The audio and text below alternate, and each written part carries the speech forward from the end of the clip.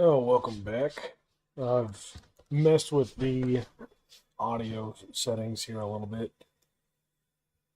Just listening back on the last broadcast,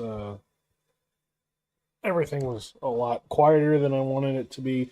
I don't know what it is with Windows 10 and 11, man, but it screws with mic settings.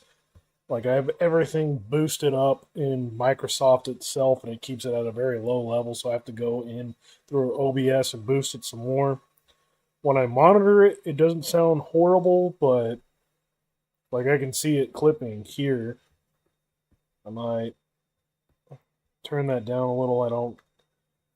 Again, it's just kind of a learning phase. I have to relearn with each iteration and each update of Windows.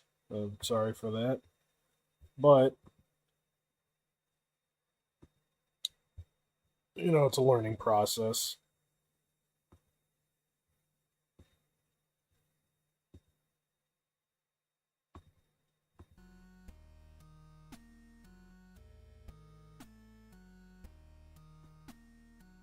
That I might. Do I have my phone on me? We're gonna listen to this a little bit. We're gonna allow any straggler to come by as we continue reading the last rites of John Michael Osbourne. If you remember from yesterday, if you were here for yesterday's broadcast, we got to chapter 3. I believe that was the Hand of Doom, a nice play on their. I think that was from Paranoid album. It's a very popular Black Sabbath song. But where we left off, it was kind of reminiscing on 2018. There was a bunch of parts of him reminiscing on and kind of quickly recapping his life early on from being kicked from Black Sabbath all the way in the 80s. And he kind of reminisces on how he got to where he was famous. Meeting Sharon, they imply of course, the divorce with his former wife, and they briefly mention his kids with the wife and his grandbabies that he has with those kids. But with the last two chapters, they were detailing the No More Tours 2, which was supposed to be his send off from doing major tours. If he had it his way, he was going to continue doing like smaller tours or maybe even a residency kind of to fill up his time because he didn't want to fully back away from touring altogether. He just wanted to scale down from doing massive like 60 shows a year or 60 shows within a touring season. But he couldn't do that because he was abusing his voice, giving his all, and to try and remedy that, he was taking a steroid called Decadron. Apparently, one of the side effects is that it suppresses your immune system, and he was overdoing the steroid drips to the point that he was catching infections and got a staph infection in his hand from doing all the meet and greets, and his body couldn't suppress it. So where the last chapter left off, they had cut open his hand, and they were removing dead skin and dead muscle, and trying to remove the staph infection. But because he was taking because it advanced so much, and he was taking that Decadron, that staph infection led to an advanced staph, I guess, culture. Culture is probably not the right word, but like the strain of staph was a lot more advanced than common staph, and there were still remnants in his system, and there were still dead fragments, so they were going back into like they had cut his hand, they were going back in and reopening that hand. And that's where we left off with that. So there's still more to come.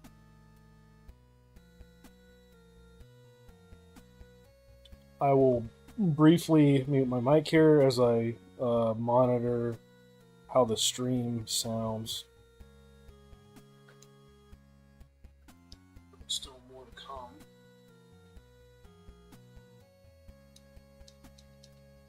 I will briefly mute my mic here as I monitor how the stream sounds.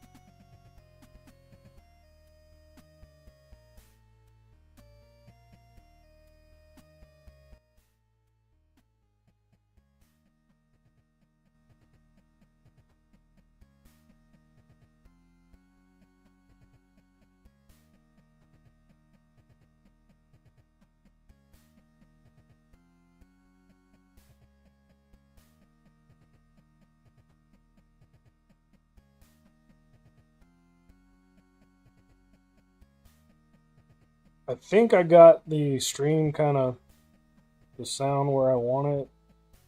I might actually.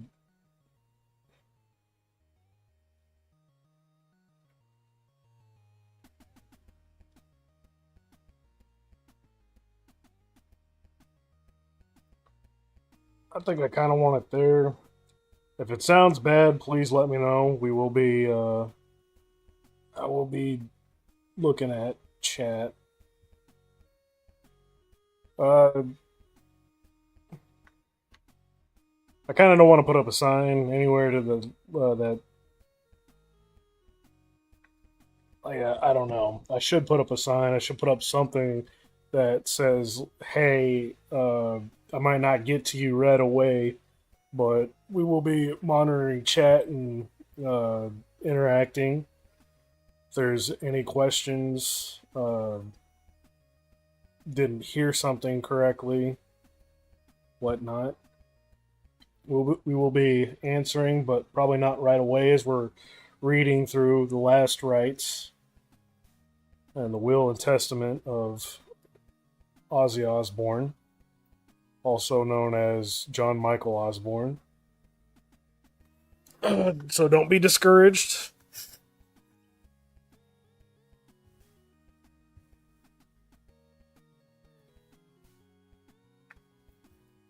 We're probably going to wind down that now. In fact, we'll probably use this last minute. Just do some final preparations, and we'll get right into chapter 4.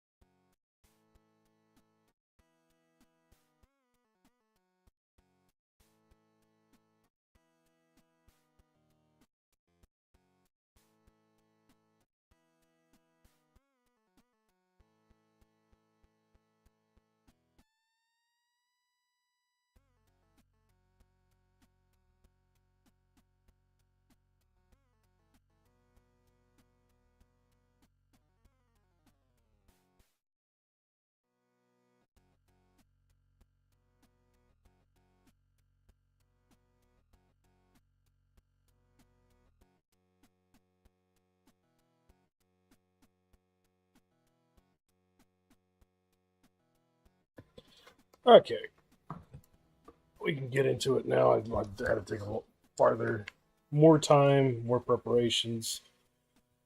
Uh,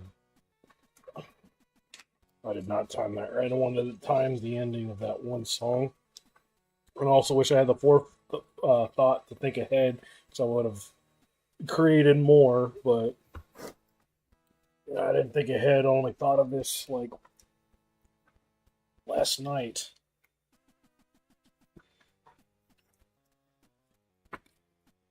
It would also probably help if I get on the right page of these testimonies.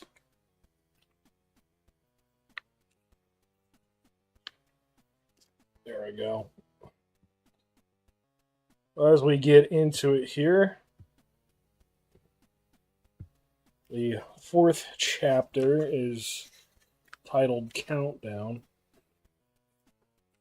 which makes me think of Megadeth's Countdown to Extinction off of their album Architectures of Aggression.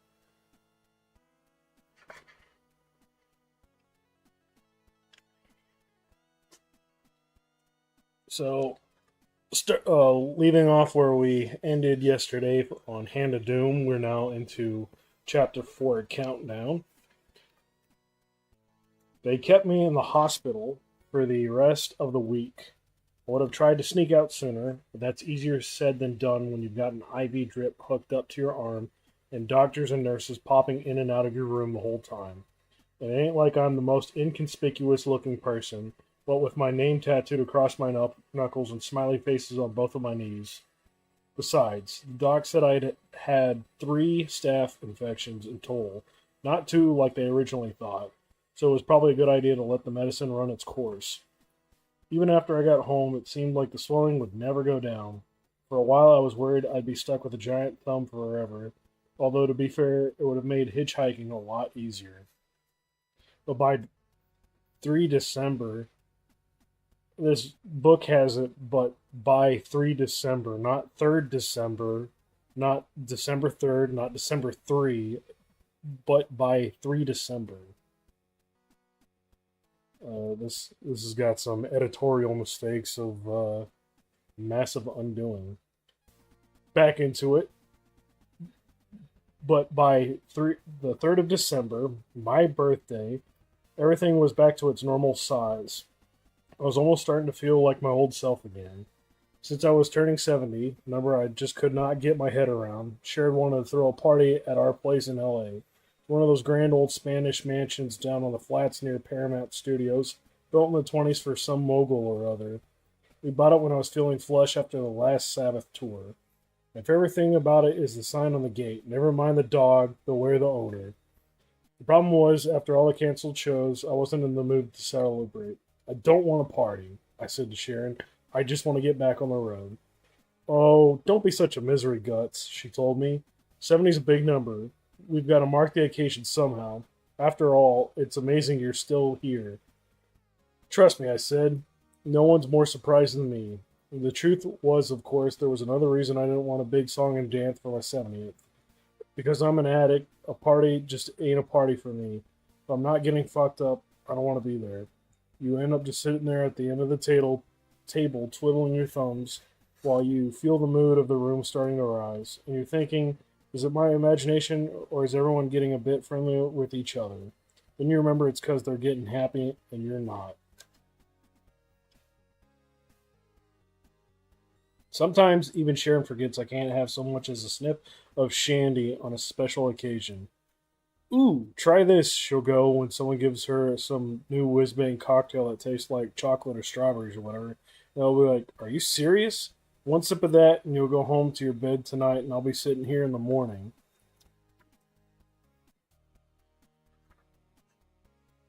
Next thing you know, you'll be throwing pots and pans at my dealers and I'll be back in rehab throwing up into a bucket. All my life, the same shit over and over. What I don't understand is why. Why are some people good company when they drink, but when I do it, I'll have a grand old time, but no one else will? Nothing clears a room faster than, oh shit, Ozzy's back on the sauce. The way I look at it, when you're an addict, your basic problem is you can't handle reality. Your marriage is in trouble, you get shit-faced. You're going broke, you get shit-faced. You've been fucked over or betrayed by someone, you get shit-faced. That's the thing with drugs. They give you an escape from whatever's bugging you in the sober world, or they boost your confidence when you need it, or they help you bury some dark shit in your past. It's all the above in my case.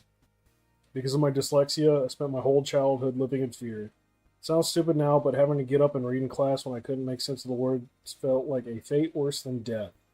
Give me the sense of impending doom that followed me wherever I went.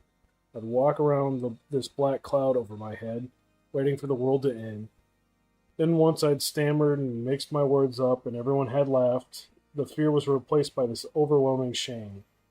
On top of that was the shame of us not having the money to do what other families did. I mean, my parents tried their hardest in their own way, but we're always less than. Growing up, there had been 6 of us Osbourne kids: me, my older sisters Jean, Iris, and Gillian, and my younger brothers Paul and Tony, all crammed into a tiny terraced house with no indoor toilet. We never had a car, never went on holiday. You'd see other kids going on their summer holidays with their moms and dads and wished you were doing the same.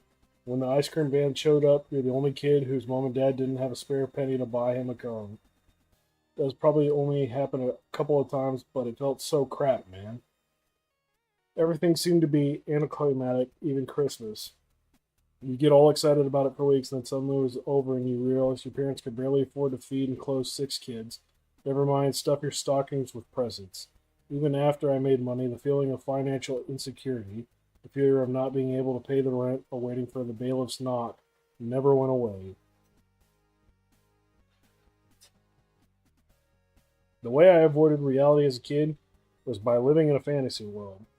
If I found a stick on the street, I could disappear inside my head for the rest of the day.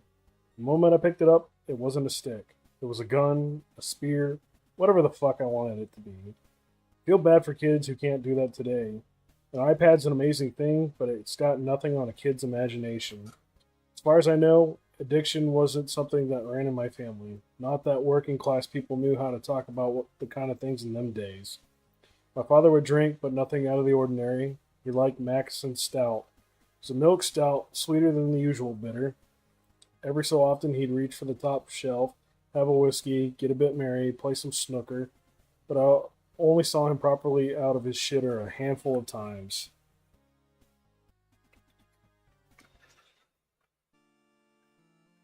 When I started to drink myself, the first thing I am thinking about throwing this cover. I realized that it was made all the bad feelings go away. Some with coke or pills, but no one warned me of the dangers. There was no sit-down talk with my mom and dad. Here's what to do, here's what not to do. Even if they tried, I wouldn't have listened. So I learned from the street, which is a dirty way of learning. I worry about that with marijuana. Now it's legal in a lot of places. It seems like a disaster waiting to happen. So once you get started on it, you want something stronger. It's a gateway drug, or at least it is for people like me, although I suppose anything's a gateway drug for me. What I don't understand is once I became successful and my shame and worries went away, why did my drinking and using just keep getting worse? But I don't know the answer by now. I suppose I probably never will. In the end, I spent most of my birthday party in the kitchen, popping my head around the door every so often to say hello to the guests. Some of the guys from Metallica and Faith No More stopped by. So did my old friends Billy Idol, Slash, and Marilyn Manson. Of course, Billy Morrison, the guy who got me sober, for which I'll always be grateful. I appreciate them being there, even if I wish we were still out there raising hell. The funny thing is, I got to know most of these guys at the same place, the Sunset Marquis Hotel in West Hollywood. It was weird seeing them together in my house so many years later. The Marquis was the center of the attention in the rock and roll universe for a while.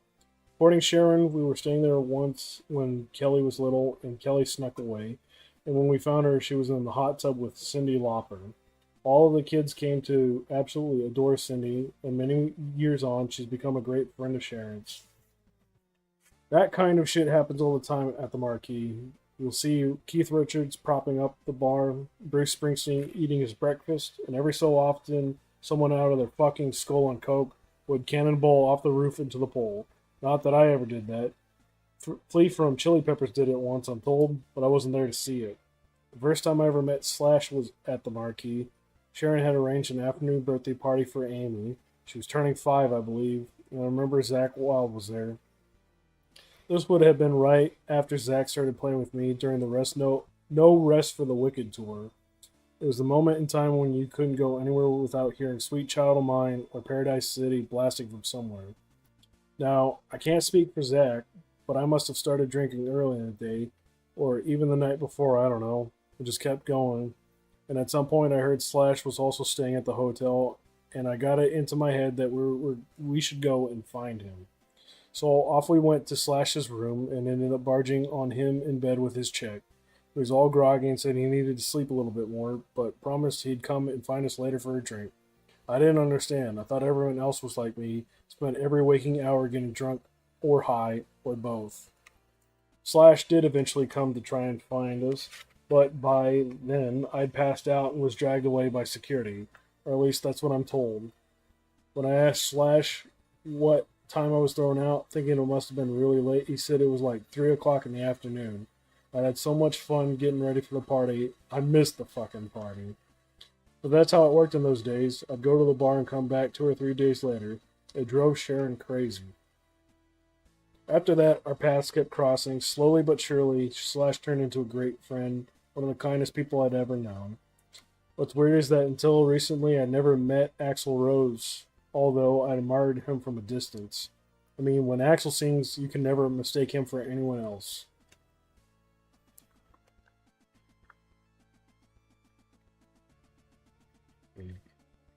Just a second.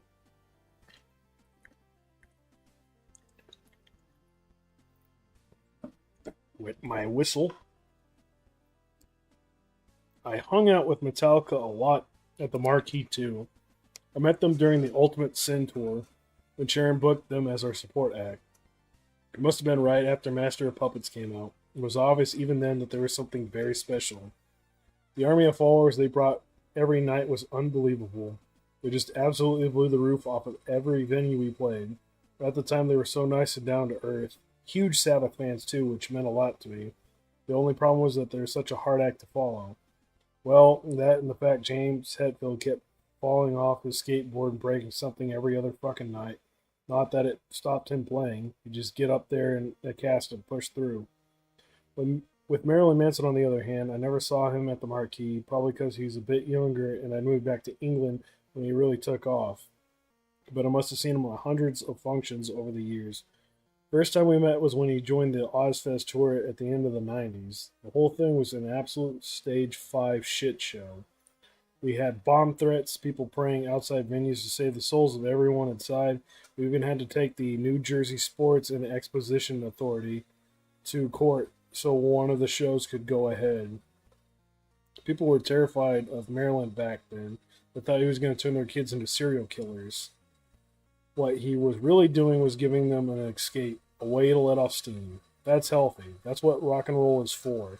No one wanted to hear that. They just wanted someone to blame for everything they thought was wrong with the world. Maryland had a big ego thing going on at the time, which didn't help, but he soon got over it. We'd all been there. Everyone who performs has an ego. You have it too, or you couldn't get on the stage. But in this game, you quickly realize your shit does stink, even when your millions of adoring fans might be telling you the opposite. I have no idea what landed Maryland on the undesirable list in the recent years, because I don't read any of that tabloid shit, but he took the whole shock rock thing a lot further than I ever did. Things started getting hot for him after Columbine high school shooting, which was very unfair. Then it was 9/11, which made shock rock seem much less shocking than before. Then the Me Too thing blew up. The mood of the planet just changed. People turned on him. I feel bad for him because he's not a bad guy. I've also come to learn he's a very talented painter. Jack owns a few of his pieces. You could make a living out of that if he wasn't a musician.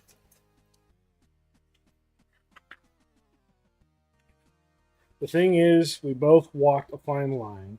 And when you became known for doing crazy things, it's the easiest thing in the world to take a step too far, or just get your timing wrong when society changes.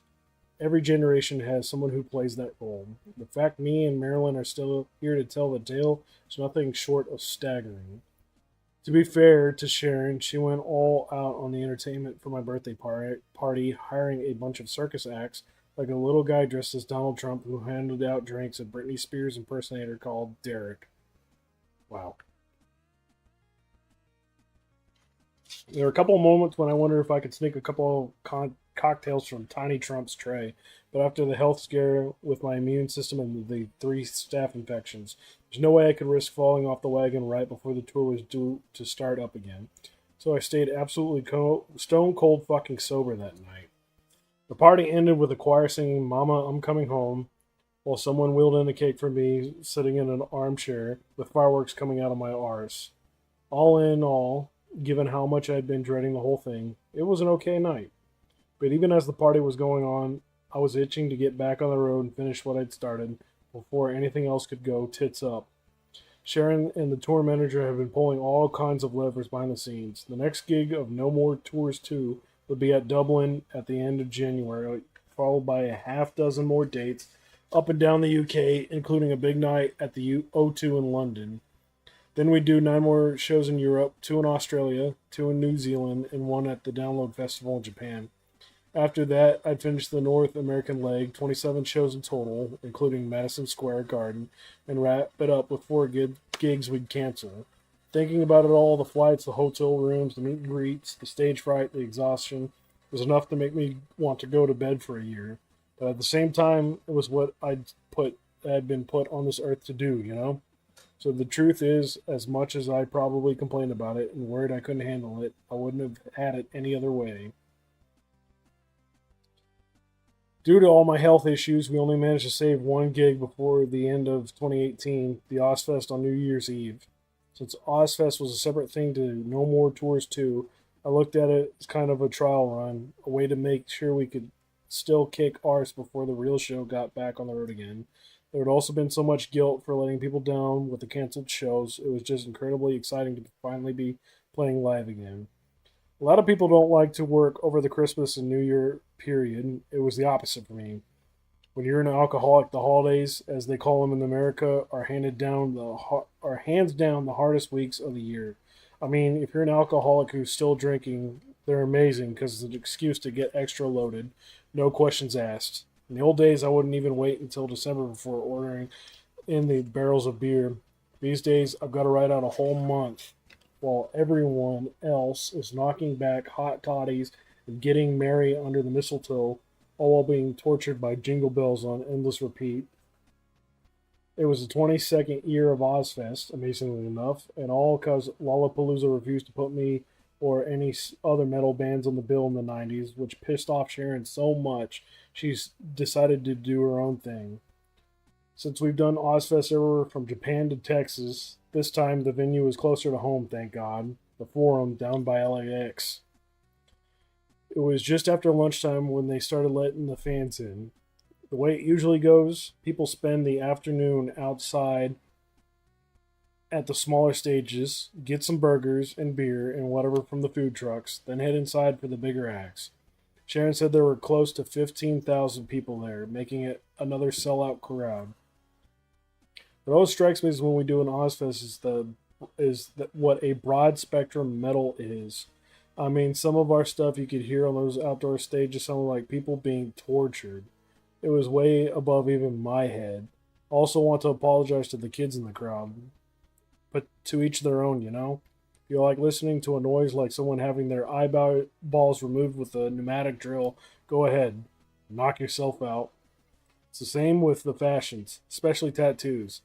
I just don't get it anymore. The big thing in the 80s was to get your whole arm done so it looked like you were wearing a sleeve.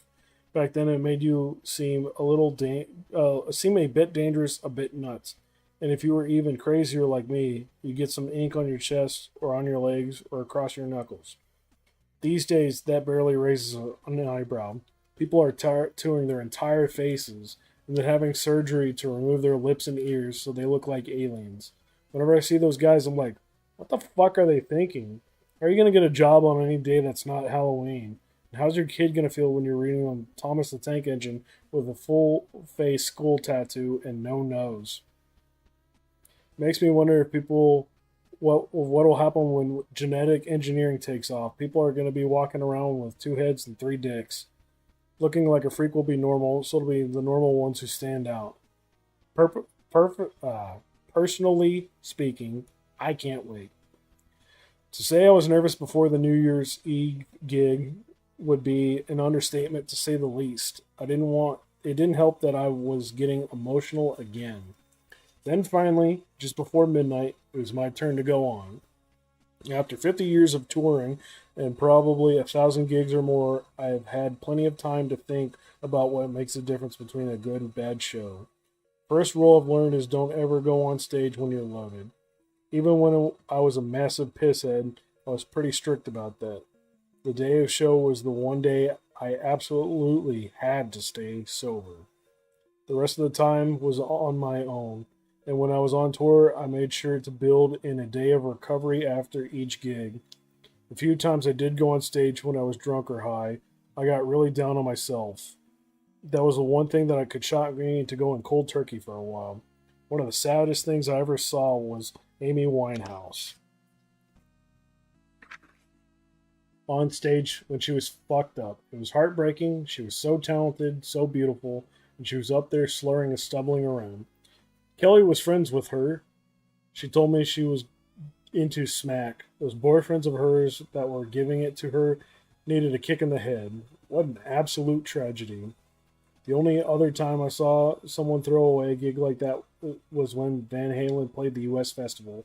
It's a 3-day thing in San Bernardino, out in the desert near L.A., organized by the Apple bloke Steve Wozniak and the promoter Bill Graham, who died a few years later in a helicopter crash. It must have been 1983. What I heard was Van Halen's management had negotiated a clause in their contract that no one could get more money than them. So when David Bowie was paid $500,000 to headline the whole thing, they got the same. They were like kids who robbed a fucking sweet shop. The whole thing was one big celebration. They had trailers, dancers, dealers, you name it. Little party city backstage. And it went on for days. By the time it was their turn to go on, they were totally fucked up. David Lee Roth was off his face. That's taking the piss, in my opinion. Nothing against Van Halen. They were a great band, and they put Black Sabbath to shame when we toured Europe with them right before I got fired. But you're letting down the fans if you can barely stand up straight. Some people can pull it off, mind you. I'll never forget seeing Steve Marriott in action at the Akron Rubber Bowl. Don't ask me the year, but we're talking a long time ago. He was in Humble Pie at the time, not the Small Faces. It was doing coke. He was doing coke backstage with the guys in the band like it was going out of style. I was just standing there, looking at him, thinking, okay, there's no fucking way this bloke's singing him. No. I mean, after putting that much shit up his nose. I mean, for me, one bump of coke and my vocal cords are shot for the rest of the day. I wouldn't be able to get through the first verse, never mind a whole set. So I'm watching Steve from the wings as he walks out onto stage, picks up his guitar, adjusts the mic, then starts to sing like he's had nothing more than a sip of hot lemon tea. The guy was perfect pitch. For the whole gig, I couldn't believe it. Then he comes off stage before the encore and walks over to where some roadies set up a little table with a Quaalude and other pile of coke on it. He snorts the blow, pops the Quaalude, then goes back out and does not one, but 3 encores. You could have knocked me down with a feather. To this day, I've never seen anything like it. The guy must have had some kind of cocaine superpower. At the end of the gig, at the other end of the spectrum, you get bands that want to treat a gig like a science experiment. I've known American bands that come off stage, go back to the back of the tour bus and put a tape of the show they've just done. Then they'll listen to the whole thing again, analyzing every note. No fucking way I'd ever do that. When the show's over, it's over. What's the point of sitting around arguing about who fucked up and when? To me, it all comes down to one question. Did you have fun? Because chances are, if you were having a good time out there, so were the fans. Mind you, sometimes I think I'm doing a great gig and I'm told afterwards it was shit. And sometimes I think it's shit. Everyone says it was great. So it's not always the case, but generally it's true. The best gig I ever did, in my opinion, anyway, was the Monsters of Rock Festival at Castle Donington, 1984. I wasn't even headlining. I was third on the bill behind Van Halen and AC/DC. The night before at the hotel, I'd been absolutely off the charts shit face. We're talking peak human wrecking ball days. And this German guy comes up to me. It could have been Wolf Herman from Accept or someone else in his band, and he goes, Ozzy, why you get so crazy before show? You have responsibility. Don't you want to prepare? I was like, what do you think I'm doing? He just shook his head and walked away. But the great thing is, playing with a hangover after you had a great night out is a lot different to going on stage wasted. The next day, I rolled out of bed in the afternoon, got shot up with Decadron, went on stage and absolutely killed it. It's Sod's Law. You overprepare and it's shit. You wing it, going out there with a steaming hangover, and it's amazing. Speaking of hangover gigs, another great one was Rock in Rio a year later. I had just gotten out of the Betty Ford Clinic in Palm Springs and thought the flight to Rio would be just a couple of hours. But after 3 hours had gone by, I realized it would be more like 9 or 10. And in my mind, getting through it without a drink was impossible. By the time we came to land, I was blacked out in the aisle, and Sharon was so pissed off with me she was stabbing me with a fork. You could see for yourself what the gig was like, because someone's put it on YouTube. For me, it was almost up there with Donington. The only thing that took away from the fun was the smell of the place. The organizers had provided almost no toilet facilities, so people just pissed and shat where they stood in the 90-degree heat, and they'd been there for almost a week. At some point, someone threw a raw chicken at me, as everyone did in those days for some reason, and when I bent over to pick it up, the stench almost knocked me out. Normally, I'd have fucked around a bit with the thing and taken a bite out of it or whatever, but even my booze-sozzled brain was like, fuck no, not a good idea. Live bat was one thing, a shit-smeared raw chicken was something else. Queen played after us, and they must have had pretty bad hangovers too.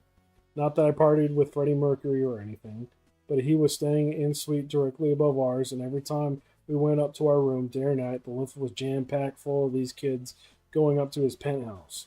The ruckus at night, it was unbelievable. I mean, the night we arrived, I was blackout drunk from all the miniatures I'd drowned on the plane, and it still woke me up. I was like, what's he doing up there? Beating people with sticks? The whole building was shaking. But I've got to hand it to Freddie and the guys. They were on fire that night. A few months later, they stole the show at Live Aid. Nothing like it when that happens. The gods were with them. They absolutely killed it at the whole, and as the whole world watched. They hadn't overprepared. They weren't fucked up. They just went out there and had the time of their lives. For whatever reason, the stage fright I got before the New Year's Eve Ozfest was up there with the worst of my life. But it all came back like second nature. I'm going to adjust this yet again. You know, give me just a second. As I take that cover off so I'm not messing with it the whole time.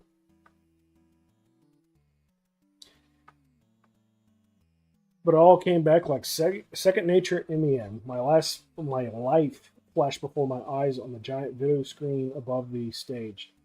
Carmina Burana kicked in. Dot, dot, dot, dot, dot, dot, dot, dot, dot, dot, dot, dot, dot, dot. And then off I went, legging it up and down the stage as I belted out Bark at the Moon like the whole staph infection thing had never happened. Better yet, my old foam cannon had been upgraded to a snow cannon, meaning that the cold, wet stuff, not the white, powdery stuff that made Geezer write a lyric about climbing the mountains on the moon.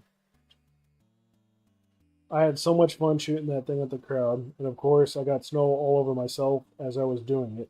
Then it melted under the lights, so my t-shirt got soaked through with all this freezing cold water. But I barely noticed. I was having an absolute ball. There did come a point, though, during Tommy's drum solo, when I thought, fucking hell, what kind of deal must I have done with the devil to still be up here doing this? I mean, I was the last man standing in many ways. David Bowie was gone, George Michael was gone, Prince was gone, Tom Petty was gone, Michael Jackson was gone. All these icons, these huge names from the 70s and 80s, and I was the one still on tour. It made no sense to me. I was the one who had been to prison, whose tour bus had been hit by a fucking plane, while I was still in it, whose guitarist had been killed tragically, who'd been charged with attempted murder, who broke his neck and spent 8 days in a chemical coma, technically dead after falling off a quad bike, who had been a hopeless drug addict and world-class alcoholic for more than half a century. The biggest shock for me was when David Bowie died. I thought he'd outlive me by decades. He seemed so young and healthy. I was devastated when I heard the news. I kept thinking back to the time he shouted out to me from across the street in West Hollywood, "Ozzy!" But I was so starstruck I could barely even wave back. I was walking into Hugo's, this breakfast place on Santa Monica Boulevard.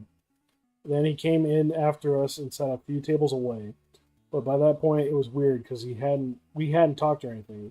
He just read his newspaper. For years, I thought I'd blown my one and only shot, ever shaking his hand and telling him how much he meant to me.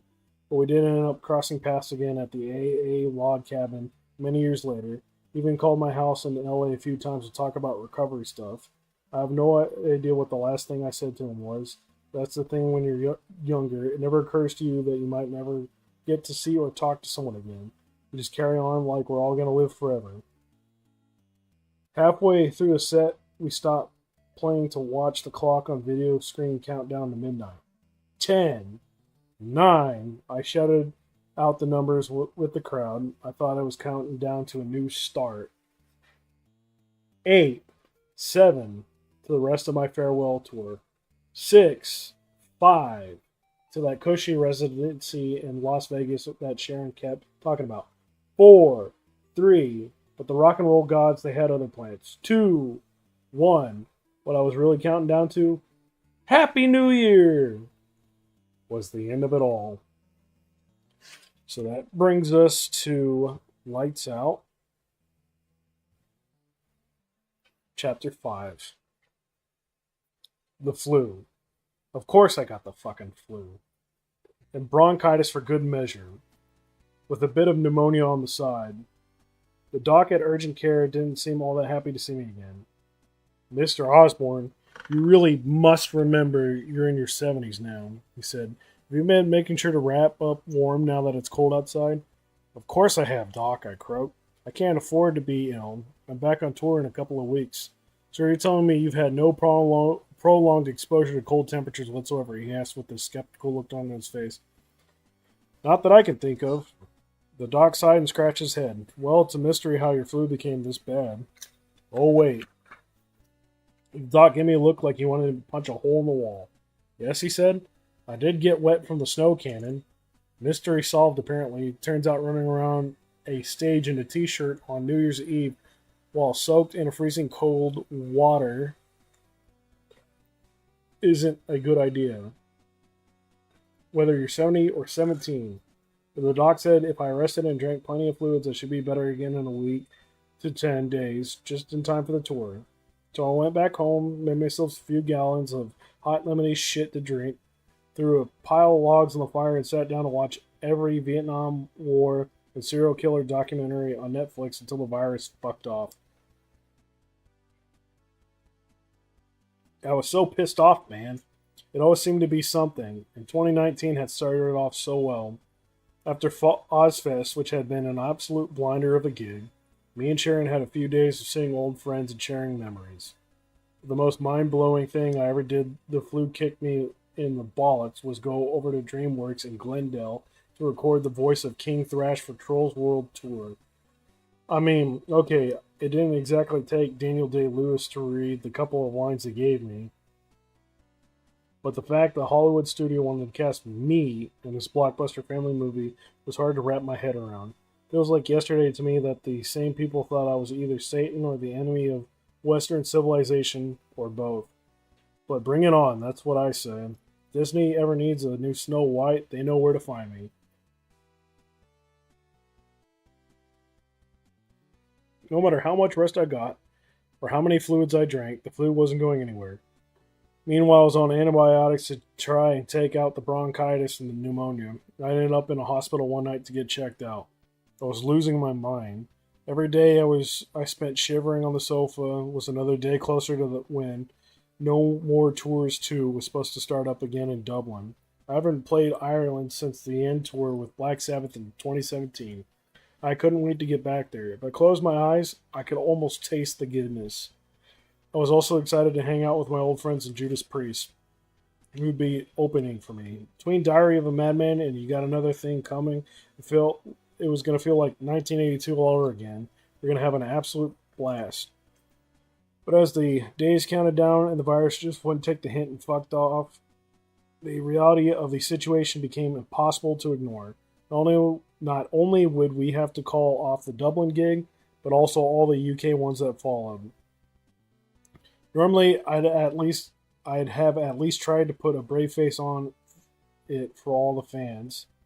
But between the fatigue and brain fog from the flu, the cost of cancellations, the disappointment, the guilt of letting everyone down again, I couldn't do it. Seems that since October, everything I touch has turned to shit. I wrote in a statement that we put on social media. I felt so fucking down, man. When I was younger and burned out from touring, I'd try and get out of gigs. I'd shave my hair off, disappear on a 10-day bender, check myself into a psych ward sometimes. But as corny as it sounds, now that I was 70, I realized every gig was a gift. The worst part was the feeling that the universe was trying to tell me something. Maybe I just wasn't up for this anymore. Maybe I wouldn't get to experience anything like New Year's Eve show again. Maybe my days of touring were over and I just didn't know it yet. Sharon did her best to talk me down from the ledge. Anyone can get the flu, she said. Because I have to start this up again.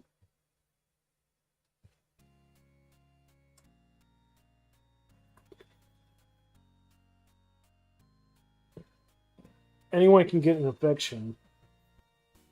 I just got unlucky twice in a row.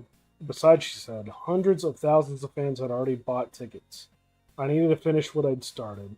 Then I could decide what's next. After a few more days of frantic phone calls, there was a plan. We'd start the tour again in March, giving me plenty of time to get back on my feet again. Instead of trying to reschedule the shows we'd missed, we jumped straight ahead into Australia, New Zealand, and Japan gigs, followed by the remaining 27 or so dates of the North American leg, most of which would be in the summer, making it less likely that I'd come down with something. Meanwhile, Sharon would find a way to get the Dublin and UK shows back on the books. It should have been a relief, but something still didn't feel right. I told myself it was just that horrible heavy feeling you get when you're all stuffed up. To say that I didn't have high hopes for February would be an understatement. At this point, I learned to just expect the worst, which was a good job because that's exactly what February was about to give me. I mean, where do I even start? Okay, this is what I remember. It was Saturday night, I'm pretty sure, the first week end of the month. I had no clue what I was doing that day, but it wouldn't have been much because I was still feeling about as fresh as a gorilla's arsehole. I probably had a bit of soup for lunch if I ate anything at all, took some flu medicine, started watching a war documentary, took a bit more flu medicine, finished the war documentary, finished the medicine, then around midnight I would have switched off the telly, gathered up my little pack of four-legged friends, go into my private elevator. It's not a joke, my house really does have a private elevator, and toddled off to bed. Sharon was already under the covers, tossing and turning, trying to get sleep. Very slip up by her phone every so often when she checks her texts. Now, it's a rule of being a 70-year-old bloke that you never go to bed and stay there. Every other minute, your brain gets an urgent message from your bladder saying if you don't get up and piss right now, you're going to explode. But it's a pain in the arse to get up, so you end up leaving it longer than you should until suddenly you have to do an Usain Bolt to the bog. I think it's supposed to be a, not and Usain Bolt. That's exactly what went down that night. I needed to piss, but it was pitch dark in the room, and my head felt like it was floating in an ocean of snot. So I waited and waited and waited until finally Oh, for fuck's sake. I flopped off of bed and started off to shake the old snake. That was better. Then I came back, banging into walls, feeling my way around in the dark. I could have switched on the lights, I suppose, but I didn't want to wake up Sharon, who was by now fast asleep. Unless I went and got my reading glasses, a major operation since I can never remember where the fuck I put them. There's no way I was going to find the flashlight on my phone. But whatever. I found my way, mumbling and cursing as I went, and then once I was a few steps away from bed, I did what I did. Whee! Bang! Ozzy? Ozzy? Ozzy! What the fuck happened? I could only gurgle. I did not read that right. That should be more horror than it is like being stern and like, God damn it. The first thing I felt was this incredibly sharp pain in my eyes. It was Sharon switching on all the lights. She was confused. Her brain was still booting up. She couldn't see me anywhere. Ozzy? Ozzy, where are you? What on earth? She saw me. Oh my god. I was on the floor, absolutely nowhere near resembling a bed. To this day, I don't understand how the fuck I could have missed it. The thing's massive, like having a Sherman tank parked in the middle of the room. There was so much I wanted to say, like how I couldn't feel anything, like how I couldn't stand up, like how I couldn't remember what had happened just a few seconds ago, like how the pain was worse than anything that I ever felt before. But once I was done with all the gurgling, all I could manage was three words: my fucking neck.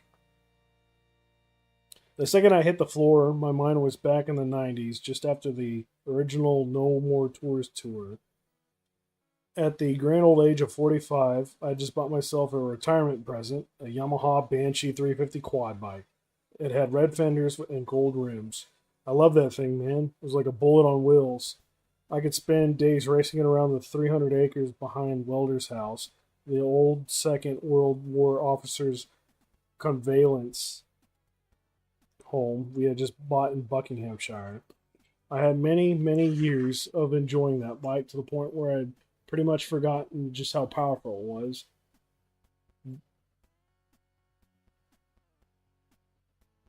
Okay, so they're doing this like I guess the rest of the world does dates, but it says then on 8 December 2003. It's just no on the 8th of December. I don't know why I'm nitpicking it. I'll shut up and keep reading. Then on the 8th of December 2003, I took it out while we were filming for the Osbournes. The crew were complaining about something or other, so I sped off ahead of them, skidding down this muddy embankment. And at the bottom of it, my front wheels hit a pothole. I later found out it was one of the craters left by Luftwaffe pilots who didn't fancy getting shot down in flames over London. They just empty their bomb bays over the fields, turn around, and fuck off home. Anyway, that crater wasn't a problem. The Banshee was built for that kind of thing, but the bike had this really stupid throttle design. It wasn't a twisty thing on handlebars. It was a lever you could accidentally push with your hand. You slipped, which is exactly what happened. The engine went wah! The bike shot out from underneath me and flipped over in the air. Meanwhile, I was thrown backwards and fell flat on my arse in the mud. Other than feeling a bit silly, I was fine. Then the bike landed on top of me. I wasn't fine anymore. To cut a long story short, by the time I woke up after an 8-day coma, I had more nuts and bolts inside me than a B&Q superstore. The docs at Wexham Park Hospital in Berkshire, where I'd been airlifted, had done an incredible job. They'd somehow repaired my punctured lung. They'd saved one of my arms from being amputated after the main artery was severed, and they rebuilt my collarbone with rods, plates, and screws. Then off I went back to America. A few months later, one of my docs in Beverly Hills took a look at the work and whistled through his teeth. How much did it cost you then? Bugger all. Aha, but seriously, how much? Well, we did have to pay £50 for the car part, I said, which was a bit fucking steep. He couldn't believe it when I explained to him that when you get work done on the NHS, even the most complicated surgery using the very latest technologies, Her Majesty's government, as it was back then, picks up the tab. You Brits are lucky, he told me. Over here, you'd be getting bills till the day you died. Sharon said I still had my hands by my side when she saw me all crumpled up on the floor. From the moment I'd started the dive onto the floor, what I thought was the bed, to the moment I hit the floor, I hadn't broken form. That's how sure I was that there was a pillow top mattress underneath me. What was I thinking? Why were my hands by my side? Did I think I was Batman or something? Sharon thinks I must have slipped on the edge of the rug when I jumped, hitting my head on either the frame of the bed or the side of the table, ending up in the middle of the floor. I have no idea. None of it makes any sense. It still doesn't. Soon as Sharon touched me, found my voice move. I found my voice again. Don't move me, I screamed. Call an ambulance. It's my neck. I've broken my fucking neck. Sharon didn't want to believe it, but she knew my medical history better than anyone, as I was held together with screws, or at least I had been until the fall. I didn't need a doctor so much as I needed a mechanic. The fire brigade were at my house within a few minutes. Big blokes, all of them, maybe a dozen in total. They put one of those massive braces on me, the kind that make it look like you're wearing Dracula's collar. Then they gathered around me, counted down from 3, lifted me up, and carried me down the stairs to an EMT van with its lights flashing. They don't fuck around, the LA Fire Brigade. They don't go in for any of that celebrity bullshit either. They knew who I was or cared. They didn't let it on. Not that I was in any state to be signing copies of Paranoid. Then off I went in the van, sirens wailing, the driver gunning it through all the red lights on Beverly Boulevard, back to Cedar Sinai, the same place I had gone for the operation on my staph-infected hand. What I hadn't fully appreciated was just how busy it would be on a Saturday night. Made sense, I suppose. It's by far the biggest hospital in LA, and LA is one of the biggest cities in the world. And Saturday night is when the shit hits the fucking fan. Every motorway pileup, every gang shooting, every bar fight, every domestic accident. You still got a pulse, you're going to end up at the ER. The American equivalent of accident and emergency. The place was part butcher shop, part zoo. Now, in my imagination, I pictured all these white-coated doctors running out to meet my ambulance the moment it pulled up to the hospital, checking my vitals, asking questions, hooking me up to a morphine drip. Not to disappoint anyone, but that ain't how it works in real life. If you ain't bleeding from the eyeballs and seconds away from death, you aren't a priority. All they did was wheel my stretcher into a corridor and leave me there. Then some bloke told Sharon to go to the reception area, get a ticket with a number on it, and then settle in for a long wait. Meanwhile, all these guys kept staggering in with gunshot wounds and limbs missing, which made a broken neck seem like a minor inconvenience. Don't get me wrong, I ain't complaining. I've done some hard jobs in my time, from working on a car horn assembly line to killing cows with a bolt gun. But if you ain't a doctor or nurse, you can't have any idea what it's like to be put in a 12-hour shift in an ER, where every decision is life and death. I have the greatest respect for anyone who can handle that kind of pressure. I could tell by the look on Sharon's face that even she realized she couldn't pull any favors in the Cedars ER. Not that it stopped her trying. I could hear her going off in the reception area. Do you know who my husband is? No, ma'am, came the weary reply. He's Ozzy Bloody Osbourne. He could be Father Christmas, ma'am. He still needs to wait his turn. He's broken his fucking neck. Ma'am, this is a level 1 trauma center. Everyone in here's broken something. Funny thing is, a weird calm came over me as I waited there in the corridor. I'm fascinated by hospitals, these gateways to the other side that we drive by every day without thinking.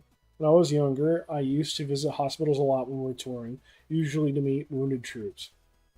I'll never forget going to the Walter Reed National Military Medical Center in Maryland, the place that they did John F. Kennedy's autopsy.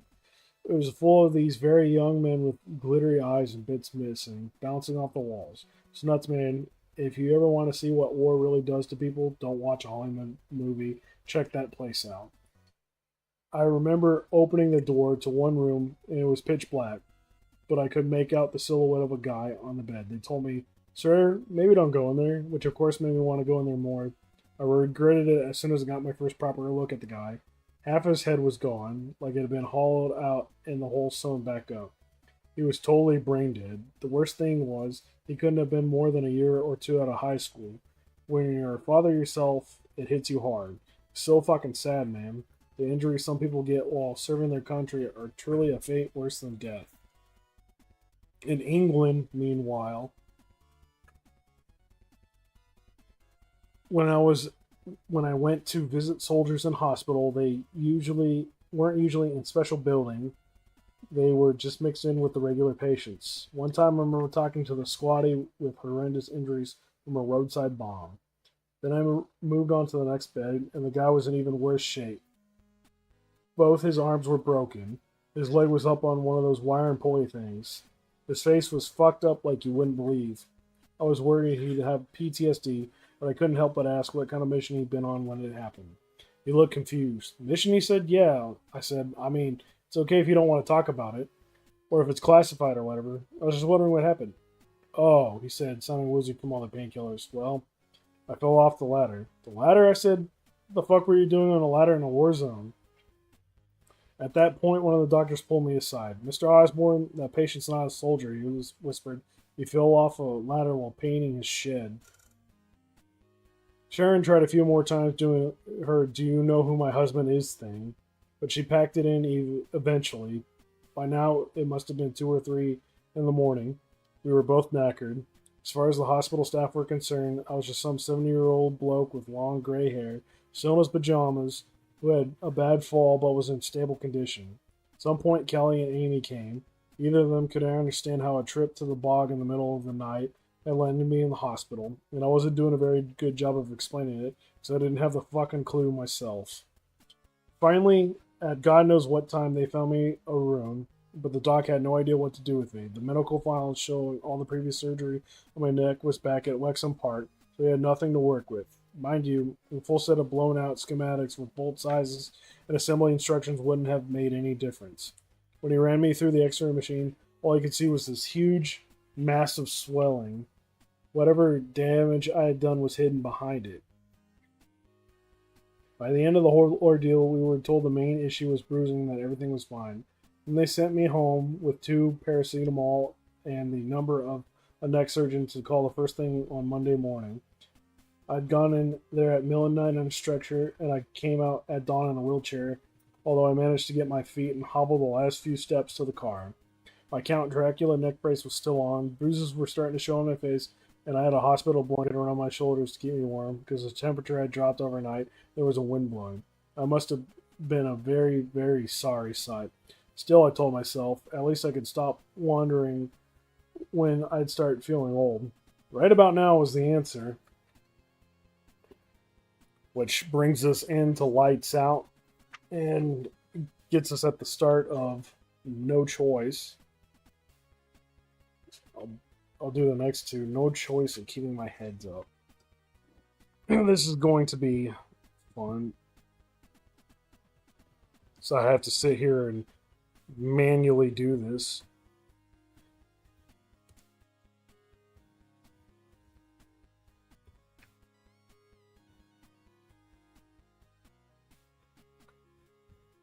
I'll try and center this.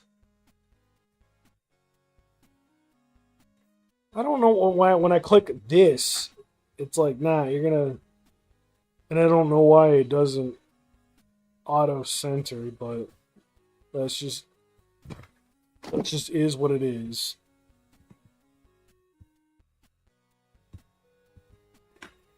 No choice and keeping my head up.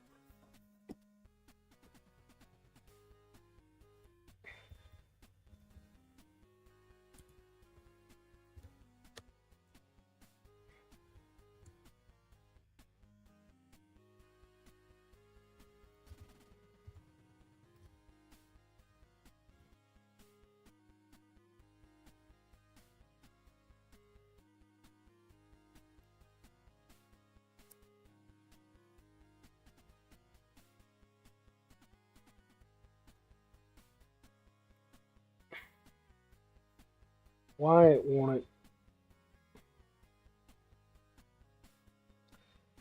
Well, this one's going to be very fun. This one's so out of place. I don't know why it made itself so out of place. It just did.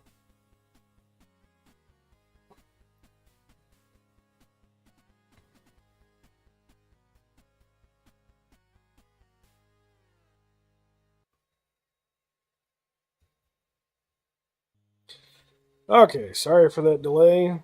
We now start with No Choice. So at the top of No Choice, the nurses must have wondered what the fuck was going on when they walked past my room. Electric Avenue by Eddie Grant was blasting out on the speaker of Jack's laptop. Sharon was dancing around like a crazy person, singing the chorus at the top of her voice. Jack was in stitches, holding up his phone, getting the whole thing on the video. And I was propped up on a wheelchair stretcher, wearing my neck brace on my head like it was a hat, rocking backwards and forwards to the beat, which, believe me, it was easier said than done with a broken neck. This was 6 days after the accident, Friday the 8th on February, or so I'm told. When I got home from the Cedars ER, I was so knackered I almost didn't notice how bad a state I was in. My heart rhyme was going numb, my legs felt weird, I couldn't stand fully upright. When I walked, I was all hunched over and less steady than usual. Meanwhile, I'd been ordered not to take off my neck brace until a specialist had taken a proper look. Sharon went out to buy a Zimmer frame, or a walker, as they call them in America, so I could move around the house safely, but I was having none of it. I told her I'd walk on my own 2 feet if it fucking killed me. She couldn't watch. She was terrified I was going to go arse over tit and end up paralyzed from the neck down like Christopher Reeve. I didn't want to believe it was that serious. I couldn't handle the reality. One of the few people outside the family who told about the accident was Zach. I mean, he's basically family anyway. He kept saying you should call this bloke Dr. Fix-It or something. In my mind, I was like, Zach's one of my closest, dearest friends, the first person I'd ever go to with a question about guitars. Well, what the fuck could he possibly know about neck surgery? Besides, Dr. Fix-It sounded like one of them dodgy blokes who put adverts on the back of LA buses. Injured? Call Dr. Fix-It.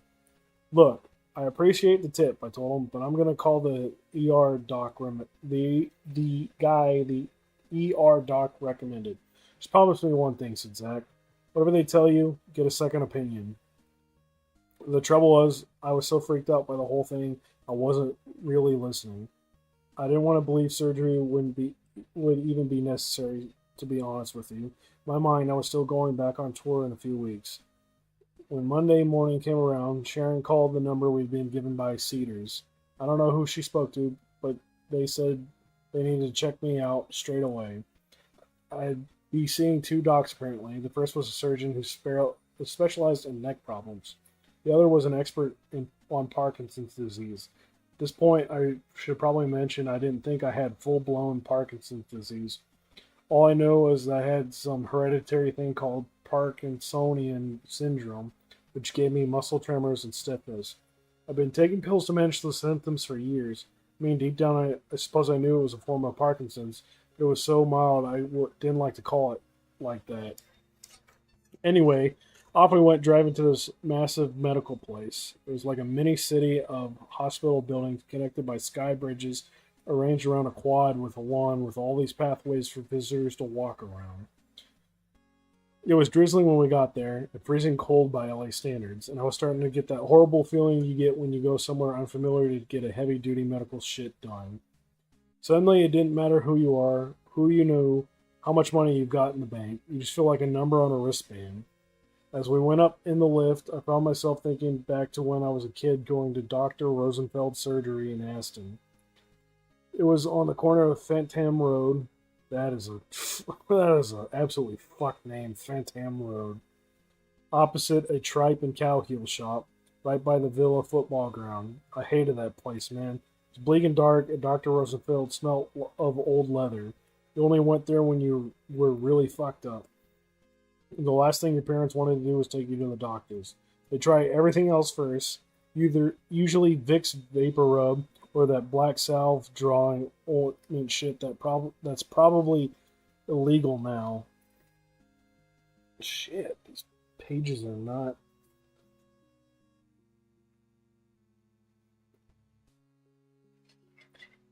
He also did house calls, Dr. Rosenfeld, but it happened you were but if that happened you were basically dead.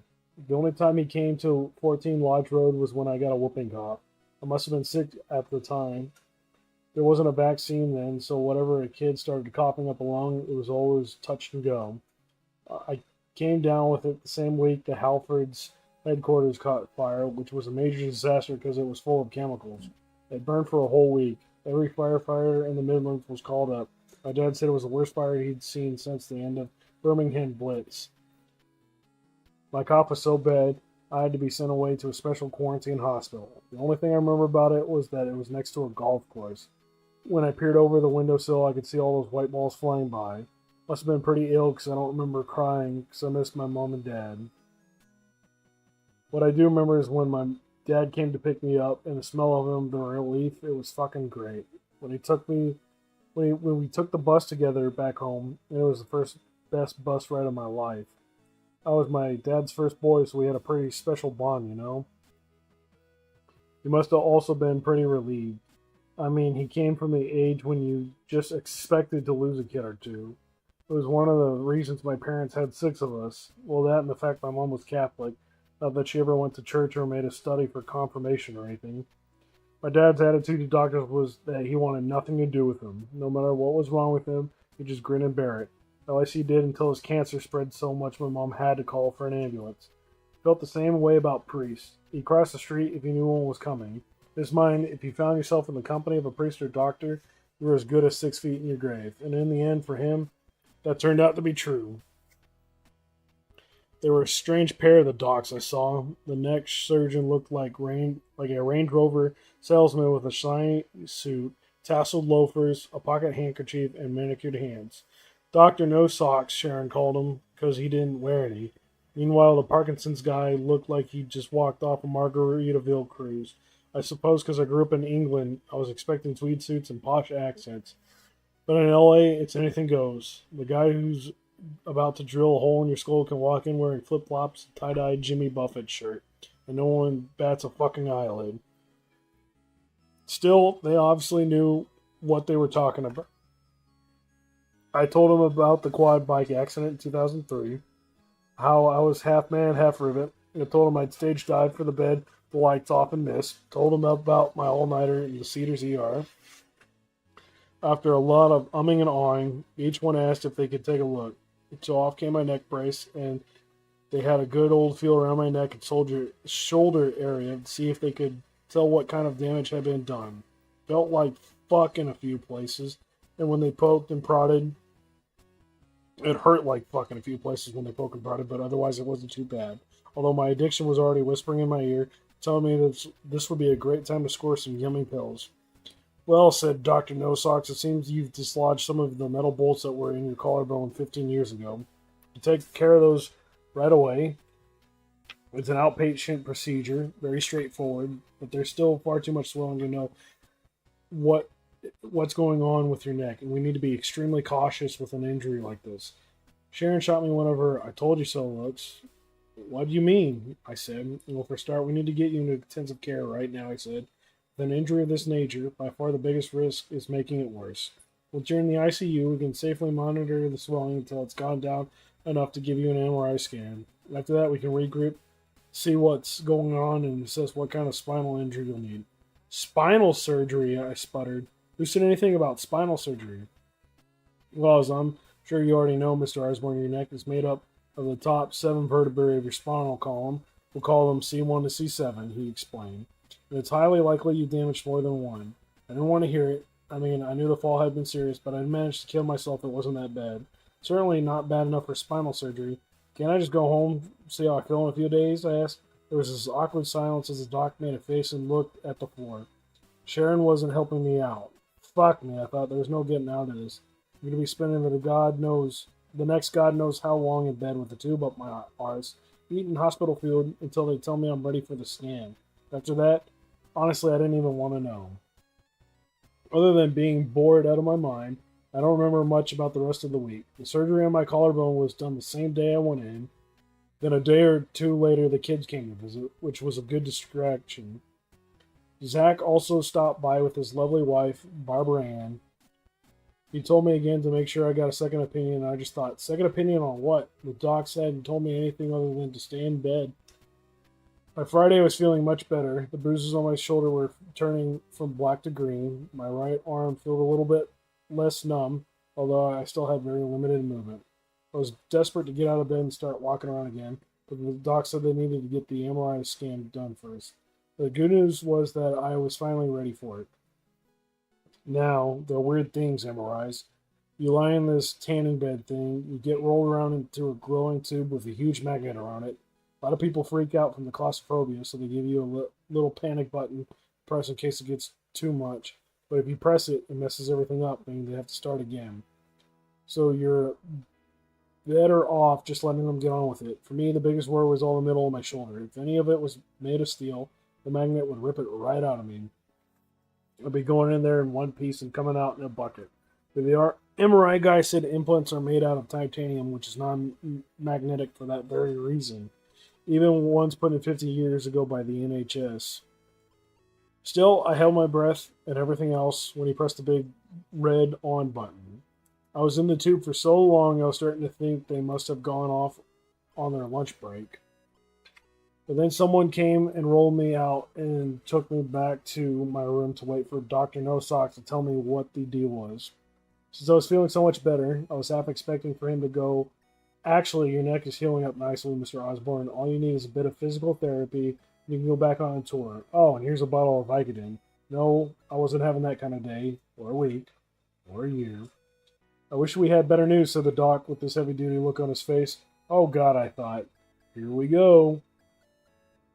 "This is what I'm most concerned about," he said, handing me this black and white image of what it must have been in the back of my head. He pointed. It looked like a bunch of blobs to me. Then he pointed to an area and told me it showed I had no spinal fluid between 5 of my vertebrae, just below my skull. The fluid was supposed to be flowing freely between them, he said. But the impact of the fall had compressed my spine or fucked it up in some way. I have no idea what the exact technical term for it is, which had blocked it. Without the fluid, he said my spinal cord and brain had no protection, which was very bad news according to him. "So what's the plan?" asked Sharon. "How do we get the fluid moving again?" "Well, there are a few options," said the doc, which to my ear sounded suspiciously like, "Fucked if I know." Then he said the only way to know exactly what he needed to do was get in there and take a look. "Get in there how?" asked Sharon. I could tell she was starting to get pissed off. "Well, we make an incision in the throat." "Throat? He's a fucking singer. If you nicked one of his vocal cords, he'd never sing again." "Mrs. Osbourne," said the doc in his firm voice. "No surgery is without risk, but with no spinal fluid between those 5 vertebrae in your husband's neck, he's just one slip of the foot away from being paralyzed from the neck down. It'll happen so quickly." The worst part of the meeting with the doc was looking over at Sharon, seeing the fear on her face. She doesn't get that look easily. She's a warrior, my Sharon. I mean, we both know how dangerous a neck injury could be, but no one had mentioned anything about never walking again or the surgery affecting my voice.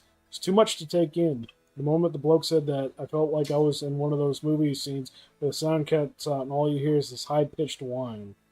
By the time I snapped out of it, the doc was explaining that there was another way to do the surgery that came with all kinds of possible complications. Instead of making the incision on my throat, he said they could go in through the back of my neck. As for the complications, I didn't catch any of them because my mind was racing so fast. All I remember is Sharon asking him when he'd want to do the operation and him looking at his watch. "We can have the OR ready in an hour," he said. I don't even remember if we talked it over after he left the room. I mean, what was there to say?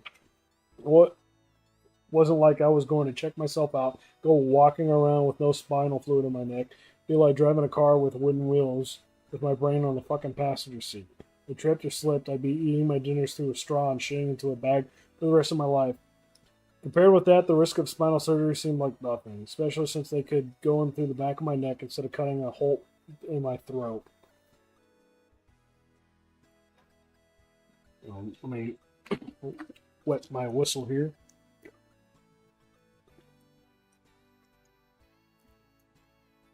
Although the doc said he didn't know exactly what he needed to do after opening me up, he had a general idea. The main thing was to widen the area around my spinal cord. He said apparently there was a special tool for this, which would allow the spinal fluid to start flowing again. The operation could take about 2 hours, with a week in the hospital to recover. Look, it ain't rocket science, I told myself. Besides, he probably does this all the time. The back of my mind, I suppose, I was also thinking that the surgery could hardly be any worse than what had happened after my quad bike accident. I mean, I was technically dead or in a chemical coma for 8 days. I had 8 fractured ribs, a punctured lung. My collarbone was broken so badly it had severed the main artery in my arm, cutting off the blood supply to the point where I almost lost the thing. But the NHS had patched me up, no problem at all. And when I woke up from the coma, they gave me some Jolly juice to help with the pain. I was on my way. I had been checked out early, although they wanted me to stay. I mean, okay, I was sore for a while and I had to be careful for a few months not to re-break anything. The recovery was just a temporary thing. So in my mind, I could easily handle a bit of spinal surgery, even if I was in my 70s now. In fact, I was feeling so confident, I almost called Dr. No Socks back in, told him to hurry up and get on with me. While the nurses got the operating room ready, Jack drove down to the hospital to try and keep our spirits up. He's a great guy, Jack. We've had lots of fun together over the years, including traveling the world for 3 seasons of our show, Ozzy and Jack's World Detour. While Carrie is very much her father's daughter, Jack takes after his mother. After getting into some trouble with drugs when he was 17, he's been sober ever since. I greatly admire him for that. I wish I could be that strong. He's good at business too. Most of all, though, he's just great company and can always make me laugh, which was exactly what he started to do, loading up a music app on his laptop, getting a dance party going. The looks we got through the open door were priceless, man. It's funny to think, because I'm the Prince of Darkness, I must only listen to organ music while hanging upside down from the ceiling or something. But I love all kinds of music, man. When I was growing up, I was crazy about the Beatles. When I discovered their music, it was like I had gone back in black and white and woken up in color. Nothing was ever the same again. I used to carry around my copy of Please Please Me whenever I went. I could even fantasize that one of my sisters would marry Paul McCartney. When it came to melodies, no one ever could come close to the Beatles. That includes McCartney's bass lines. They're so playful and clever, they're like a second melody hidden inside every song. Later on, after we finished the first Sabbath album, it was Elton John I was obsessed with. I'd come home from singing about Satan and witches, get all teary-eyed to Your Song. I love that whole record, man. In the 80s, the album I could not stop playing was So by Peter Gabriel.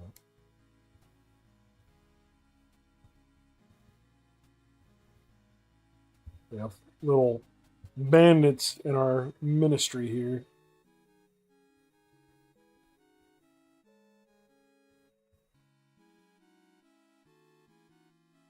Okay, they're gone.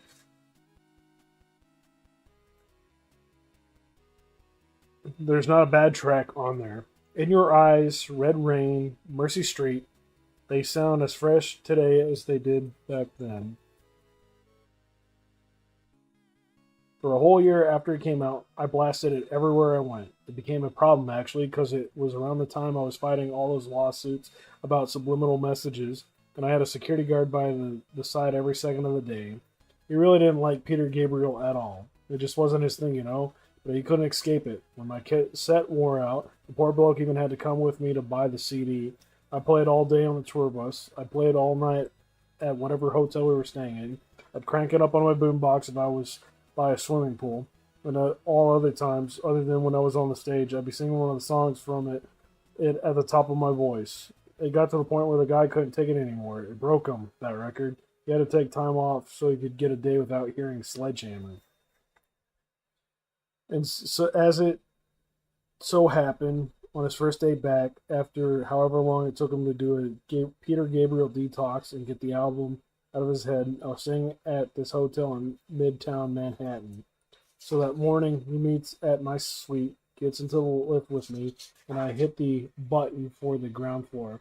When it starts to go down, I can see him breathing this huge sigh of relief, so I'm not singing or playing anything off so anymore. He's like, thank God the spell's been broken.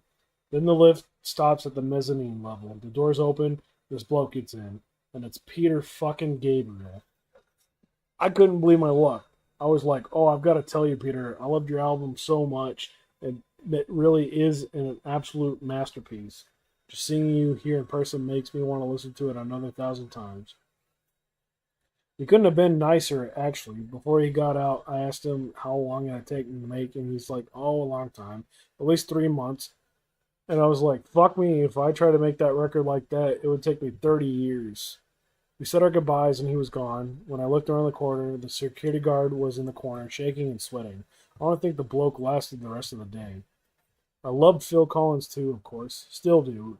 Every time I hear In the Air Tonight, it sends a shiver down my spine. That drum fill. Fucking hell, man. It's got to be one of the best moments of any song ever. I got to meet Phil, but not in the lift. He was a drummer in the house band for the party at the Palace to celebrate the Queen's Golden Jubilee. I was nervous as fuck because I thought my voice was going to give out. It's just not gonna. God damn it.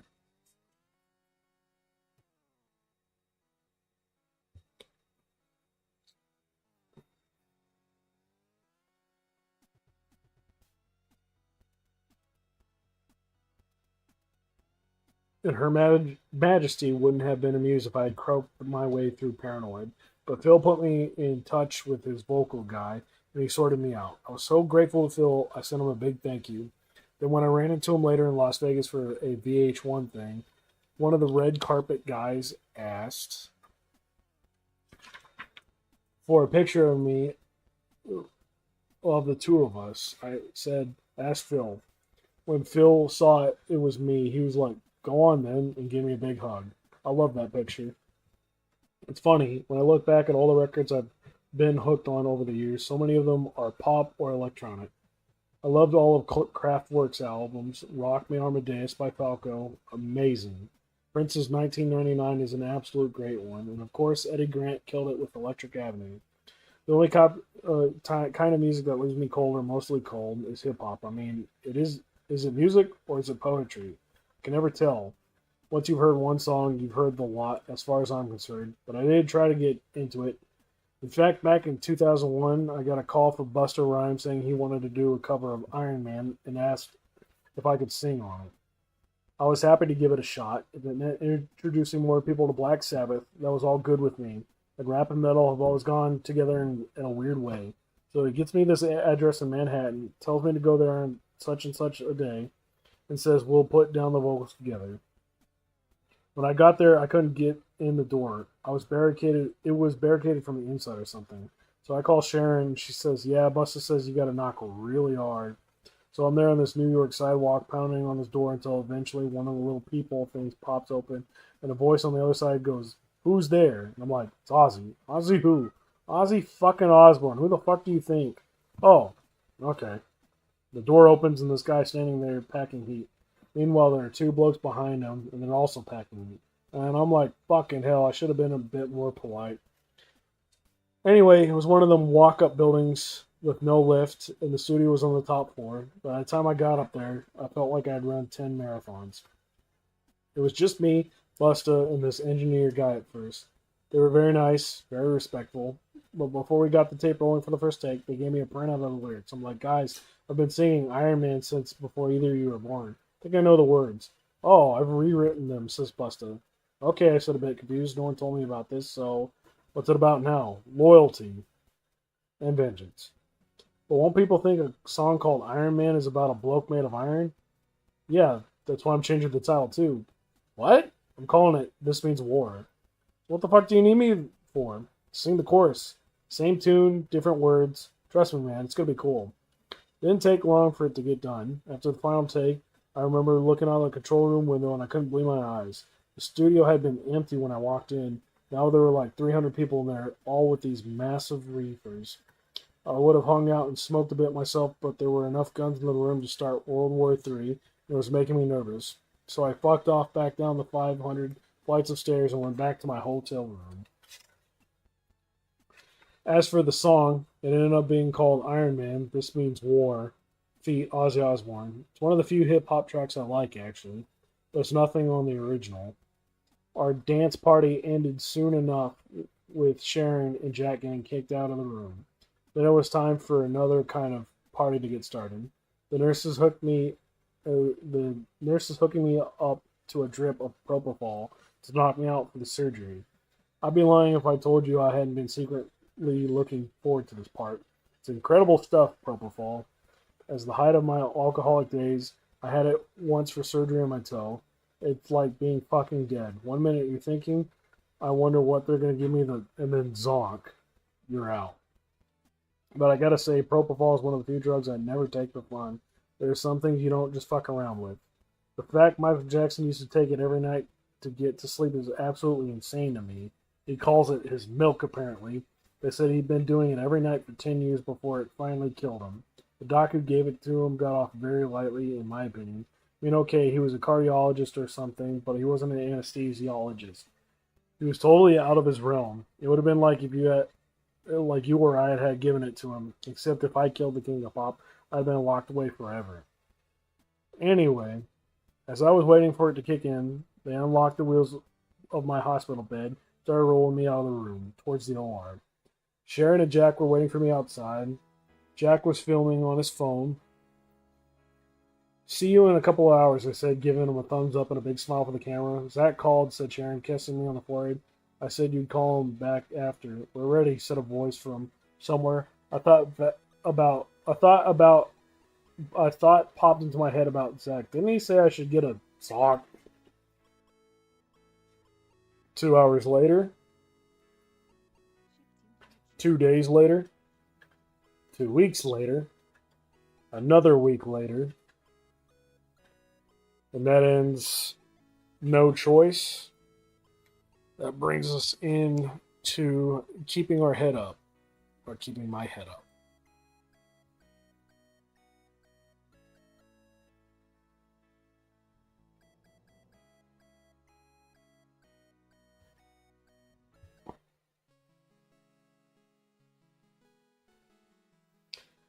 I woke up desperate for a piss. I had no idea what time of day it was, how long I'd been under, whether they had managed to fix my neck or not. I couldn't see Sharon or Jack anywhere, but I was guessing they were still waiting for me outside in the corridor. All I remember is trying to get the attention of this nurse at the other end of the room. She was leaning over a little sink with the water running, but I was having trouble speaking. My mouth was dry, the muscles in my throat weren't working right, my brain was all foggy. Must have been the Jackson juice, I thought. Meanwhile, my right arm was so numb I almost couldn't feel it at all. I couldn't sit up straight either, no matter how hard I tried, and the new Count Dracula collar they put on me was so tight I felt like my neck was encased in a block of concrete. I would have panicked, but I didn't have the energy. I never felt so wiped out in my life. Finally, I managed to croak loud enough for the nurse to turn around. "Oh, Mr. Osbourne, you're awake," she said before coming over, wetting my lips and giving me a glass of water. "How are we feeling today?" "Where's the bog?" I asked. "Bog?" I forgot I was in America. "The toilet," I said. "Bathroom." You can feel the urge to go," she said. "Oh, that's great. Would you like me to bring you a urinal bottle, or would you prefer the catheter?"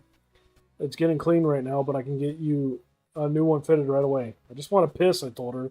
I didn't know why that was so hard to understand. "I'll get you a bottle." I was so frustrated at this point. I tried to get out of bed, which was the problem because my legs wouldn't work.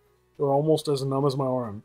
And that's where the panic kicked in. I remember just lying there, paralyzed, my heart suddenly racing, thinking, what the fuck has happened to me? I didn't know it at the time, but I'd been in critical condition for a few weeks by this point. After leaving the operating room, they'd taken me to the ICU where I'd stayed, my condition just getting worse and worse. The surgery had gone on for much longer than expected, she had told me later. 5 hours, she said, not the 2 we expect. The doctor had gone in through the back of my neck like he said he would, so he didn't have to risk the messing with my vocal cords. But what I didn't realize was to get to my spine, they had to go through my neck muscles, the one that hold up your head and let you move it from side to side. They're like a clump of rubber bands, those muscles, or that's how it was explained to me. Some of them you could just push aside while he worked. The others he had to cut, which meant he had to sew them back together at the end. Good news apparently was that Dr. No's socks had got my spinal fluid flowing again by chiseling around my spinal column to make a little bit of extra space. Then he'd gone a step further and put two fuck-off metal plates in my spine, holding them in place with screws on either side. And that was on top of all the rods, plates, and screws that the NHS had already put in there. There was so much metal in front of me, I thought I wouldn't need a burial when I died. The Undertaker could just pop me in the recycling bin. When the doc had whatever the doc had done, my body couldn't take it. After the surgery, I was supposed to start my recovery. Instead, I ended up on life support, and of course, being in the ICU so long causes all kinds of other problems. After a couple of weeks, my muscles started to atrophy. That's why my legs hadn't worked when I woke up. I also developed blood clots, which could be fatal if they travel to your lungs. So they put me on pills for the blood clots, but the pills caused my lungs to fill with fluid. So that meant diuretics and oxygen therapy. At one point, I was on 64 different medications every day. I had taken so many drugs in my life. I had never taken so many drugs in my life, which was fucking saying something. And of course, the medication was all interacting with each other, causing other problems. And those other problems needed to be treated. It was a domino effect. One thing after another, after another. Meanwhile, my neck had swollen up so badly the doc couldn't even see if the surgery had worked. According to Sharon, one of the only things I said to her during the first few days after the operation was that I'd been visited by Elvis. She didn't think anything of it. She thought I meant my dog Elvis. It made sense that Jack would have brought him over on me. I love my four-legged friends, Elvis, Pickles, Wesley, and of course my favorite, Rocky. God rest his soul. But after I mentioned it a few more times, she got suspicious. Okay, Ozzy, why do you keep talking about Elvis? She asked. He came to see me. You mean Jack brought him over? No. He came on his own, I said. Why would Jack know Elvis? Talking about the dog, yes. What dog? Oh, God. It's very nice of him to visit, I said. Yes, it was nice. Very nice of him. Especially since he's been dead for 42 fucking years. Why I was thinking of Elvis, I have no idea. It wasn't like I'd ever been a big fan or anything. When he came out with Heartbreak Hotel, I was too young to appreciate it. These are kids who were 5 or 6 years older than me who went nuts for him. That said, I do remember my mom taking me to see Jailhouse Rock at the Orient Cinema when I was about 9 or 10. Then on Sabbath's first tour of America, this would have been late November 1970, we had 4 nights at the Whiskey A Go-Go in LA at the same time he did his comeback gig at the Forum. It was his first show in LA in 13 years. The press were saying because he'd spent the 60s making movies. So of course Tony Geezer and Bill couldn't resist forking out for tickets and going down there to take a look. When the warm-up acts were finally done, I remember the band starting up. Guitar first, then drums, then the backing singers came dancing in. This went on and on and on. We were all looking at each other going, okay, so when does... The crowd just about blew the roof off the place when the distant figure appeared in a white figured jumpsuit. We were sitting so far back, he could have been an impersonator for all we knew. We could barely even make out his pork chop sideburns. He had all the moves, though, the hip swivels, the leg shakes, the karate chop swooshy thing he'd do. Ended up on one knee. At one point he collapsed and laid flat on his back in the middle of the stage like he was too knackered to go on, then jumped back up. The orchestra came in and he crooned his way through Love Me Tender. It felt like he only just got started when he fucked off again. Couldn't have been on the stage for much longer than 45 minutes. It was unbelievable. Of course the band kept playing even after he'd gone, but a few minutes later over the PA system you heard, "Ladies and gentlemen, Elvis has left the building." And the whole place went quite crazy all over again. What made it all worth it, honestly, was the drummer, Ronnie Tutt. I was told his name was. He had been in his early 30s at the time, so a good 10 years older than us. Fucking amazing if he hadn't been doing Polk Salad Annie. He could have kicked some serious arse in a metal band.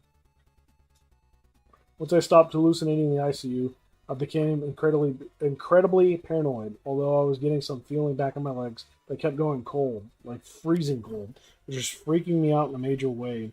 Meanwhile, my right arm was so numb I could hardly use it. I was convinced Dr. No Socks had messed something up in the operating room, and I was on my deathbed. If the surgery was such a success, how come I can't feel my legs? I kept asking Sharon. Because you've been in bed for so long, she said. You need to give it time. The doctor says, they fucked me up, didn't they? Just tell me, what happened? What did they do? Ozzy, this is a long road. You can't just... I'm dying, aren't I? Why don't you just tell me? If I'm going to be stuck in this bed for the rest of my life, I want you to switch off the fucking machine. Ozzy, stop. Just stop it. The problem was there was nothing Sharon or anyone else could say that would make me believe them. I pushed Sharon so hard a couple of times we both ended up in tears. Until eventually I realized I needed to back off. Meanwhile, there was an elephant in the room that no one wanted to talk about. Other than family and close friends, including Zach and the other guys in my band, no one knew about my fall and my spinal surgery. The only thing that we'd said publicly was that I'd come down with the flu. Maybe we also mentioned the bronchitis and pneumonia. I don't remember. But what had happened that had been in January. Now it was March, when No More Tours 2 was supposed to be starting up again. Just 1 second. More bandits. Fucking quit your shit!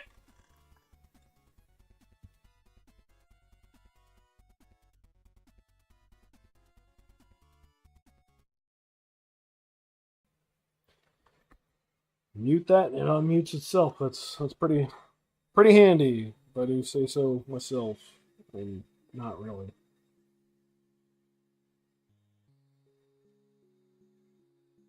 But there wasn't a snowball's chance in hell of that happening. Not now, not next month, maybe not this year, maybe not ever if I was being honest with myself. People are asking questions, said Sharon. They're not buying you just got the flu anymore. If you believe Reddit, you've been found dead at least 6 times by now. We need to put out a statement. We don't need to go into any detail, but we should make it clear the tour's off.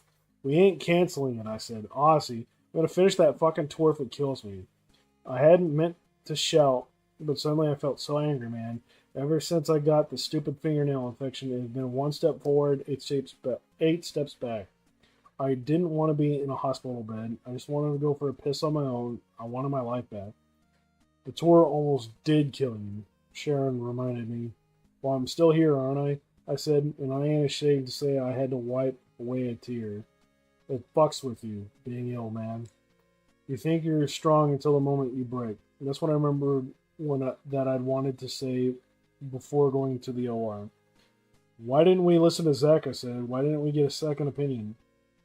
Now Sharon had tears running down her face. I must have asked myself that question 1,000 bloody times, she said. I was scared, Ozzy. I thought you'd slip and end up like Christopher Reeve. I thought it was Reeves.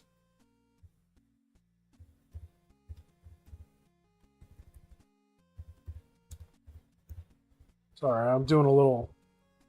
No, it is Christopher Reeve. I thought it was Reeves.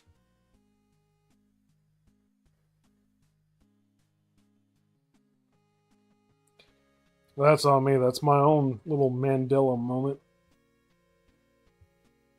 It is Christopher Reeve. The thought never occurred to me that you could bring someone else in to take a look at your neck. Me neither, I admitted. We panicked, groaned Sharon. I can't believe we bloody panicked. For a moment, we just sat there feeling terribly sorry for ourselves. Then I caught Sharon's eye, and I couldn't help but smile. I mean, what else was there to do? The whole thing was just so fucking ridiculous. The next thing I knew, I was laughing. It hurt a lot. It took a moment for Sharon to see the funny side, but I eventually got a smile out of her. And as corny as it is to say, I was just so grateful she was there, you know? Almost 40 years late after we met and fell in love, and it was still the two of us against the world. And you know what? We'd gone through every kind of accident, fuck up, and tragedy before. We could do it again. Okay, said Sharon, pulling herself together. If we're not canceling the tour, we at least need to tell the fans what's going on. What should we say? Between us, we agreed the UK and European shows should be put back to January of the following year, 2020, while the American shows should be rebooked for that spring and summer. A few days later, I put out the message on Instagram. I can't believe I have to reschedule more tour dates. Words cannot express how frustrated, angry, and depressed I am. Not able to tour right now. I'm grateful for the love and support I'm getting from my family, my band, friends, and fans. It's really what's keeping me going. Just know that I'm getting better every day. I will fully recover. I will finish my tour. I will be back. I never meant anything so much in my life. When it was finally time to start physical therapy, Dr. No Socks appeared to give me a pep talk. At this point, I've got to say the bloke was really starting to get on my tits. "We're going to tell it to you straight, Mr. Osbourne," he said. "This is going to be easy, but you'll get out of it what you put in. If you're determined, you'll see results, but you've got to do the work, and you've got to stick at it." I thought to myself, "I'll show you determined." "How long?" asked Sharon. "Excuse me," said the doc. "Before we know how much movement he'll get back." "Oh, I'd say, 3 to 4 months?" Sounded like another fucked if I know to me. When I was finally starting to realize is doctors ain't gods. I mean, don't get me wrong, I have so much respect for everything they do, but they don't have all the answers. That said, when I heard the doc say to 3 to 4 months, I was like, fuck that, I'll do it in 2. I was so cocky, I even told Sharon to order some new equipment for our gym at home, donate my old stuff to the hospital. Then the torture sessions began.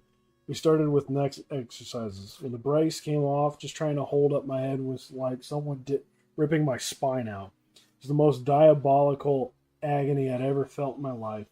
I almost peaked it was that bad. I knew it couldn't be possible, but it felt like I was injuring myself all over again just by trying to lift my chin a couple inches. As for moving my head from side to side, there was no point in even trying. Without the brace, it just flopped around like I was a rag doll. When you cut through a muscle, the physiotherapist says it damages the nerves. Without those nerves, your brain can't tell the muscle what to do. But with time and exercises, she said the nerves will start to grow back. But how much will they grow back? I asked her. I can't wear a neck brace for the rest of my life. I feel like I'm walking around in a bomb disposal suit. We just don't know yet, she says. Fuck me, I thought. No one knows anything. Trying to rock was a different kind of hell. There was no way I was getting out of my bed on my own, so they lifted me into a wheelchair and rolled me out of the end of this corridor. Then the nurses got a hold of my arms, pulled me to my feet, and gave me a Zimmer frame to hold on to. Just put one foot in front of the other. They said, take your time. You're doing great. Doing great, I thought. I haven't even started yet. When I finally got going, it was like trying to push a boulder up a hill while wearing driving boots with bricks tied to my legs. I never expected it to be easy, but this was bad, man. For the first time, I found myself thinking, maybe I should just go back to bed. But in my head, I told her I had Dr. No Socks tell me over and over, you'll get out of it what you put in. Eventually, I made it to the end of the corridor. It took most of an afternoon. There were continental plates moving faster than I was. Then the next day, they opened the fire door and let me shuffle out into the quad. After God knows how long, with the help of a walker, I could get all the way down the corridor, out of the door, across the quad, and then come back around in a loop through an entrance on the side.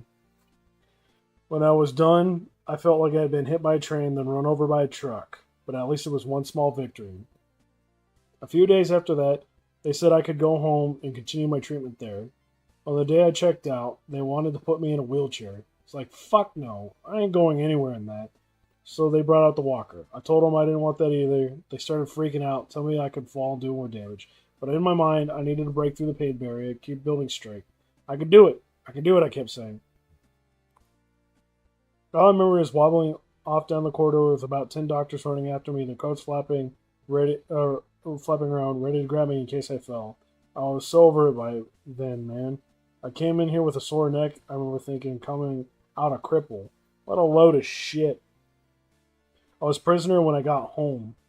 I had nurses with me 24 hours a day, even sitting in my room at night. I couldn't scratch my bollocks without one of them reaching for the panic button. It's too much. What did they think I was going to do? I could barely hold my own dick, never mind try diving into bed again. The one thing I forced myself to do every day, no matter how bad I was feeling, was walk around the block. One of the nurses would come with me, but other than a cane, I didn't want any help. At first, I could barely do 1 lap. Then it was 2, 3, 5, until eventually I worked my way up to 8. I'd get so tired, I'd literally crawl across the back door threshold on my hands and knees. I kept pushing myself harder and harder as the words of Dr. No Socks kept repeating in my head. You'll get out of it what you put in. Strengthening my neck was another part of my daily routine. A physiotherapist would come and put this rubber band on my head. The idea was if I nodded my head up and down while wearing the band, the resistance would strengthen my muscles. It hurt so much, I can't even describe it, but I wanted rid of that brace so bad, man. I'd have suffered through anything.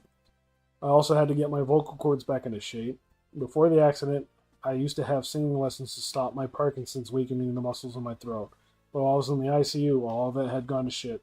By the time I came out, it was shocking how much progress had been lost. I felt like I was slurring and mumbling over every single word. So, as well as my usual vocal coach, I had a speech therapist come and work with me. The constant pain was my biggest problem. It wasn't like any kind of pain I experienced before. I can't. I remember asking Dr. No Socks about when I went to see him with Sharon for a follow-up appointment. Are you okay? Are you experiencing any numbness? He asked. That's what I've been trying to tell you. I said, I can't feel my right arm. Any burning or tingling? Yes, and yes. Shooting pains? Yes. All the fucking, there it goes again. It gets worse at night or when you move. Yes and yes. Any hypersensitivity to touch or changes in temperature? Yes and yes. Finally, he goes, any spasms, tremors, or weakness in your muscles? Are you seriously asking me that? I said. Mr. Osbourne, he said, what you're experiencing is almost certainly nerve pain or neuralgia. It's from the damage to your nerves during surgery. We already have you on several medications for it. All I can say is just keep up the physical therapy. You know what I always tell you. My patience is you'll get out what I put in, I said. I know that, Doc. You told me that 1,000 fucking times, but I need something stronger for the pain. It's too much. Can you give me some more of whatever I was on in the ICU? The doc hesitated a moment, then looked at Sharon. I knew a brick wall when I saw one. Ozzy, said Sharon, he can't give you anything stronger. It's just too dangerous. I'm sorry. But I don't have to tell you. You're the boy who cried wolf. The sad thing was, I knew she was right. When you're an addict, every injury is an opportunity. What you quickly learn is, if you complain of a certain type of pain, only a mind reader could know if you're bullshitting or not. Addicts are some of the best liars out there, man. We're so good at it, we convince ourselves we're telling God's honest truths. For a long time, toothaches were my way of getting a hand on some naughty pills. I know within 5 minutes of meeting Dennis if he was going to open up his prescription pad. Some of them could sniff out an addict a mile away. Others didn't give a fuck if you lived or died. It was just a business to them. When Oxycontin came out at the end of the 90s, it was insane how many pain dentists suddenly popped up in Florida. Whenever I had a gig in Sunshine State, I'd book one appointment after another. It was like going on a shopping spree. How they got away with it, I have no idea. Before Oxy, your best bet was to get some minor root canal work done, make friends with the anesthesiologist.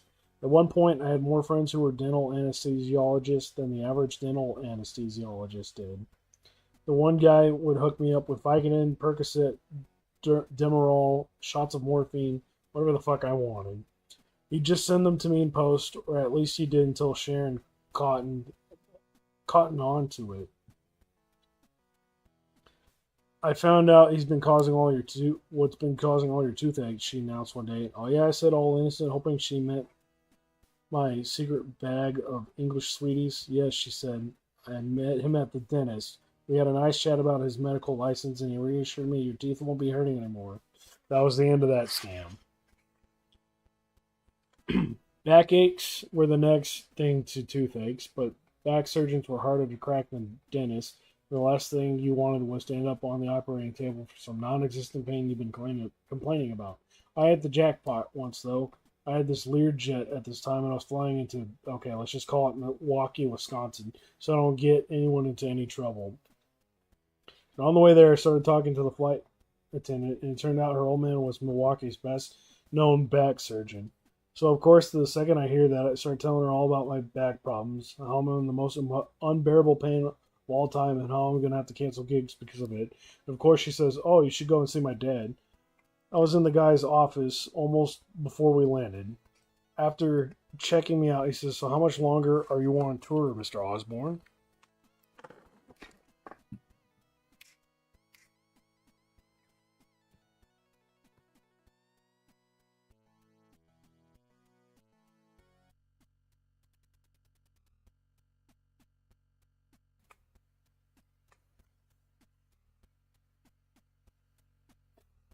More little vermin in our procession here.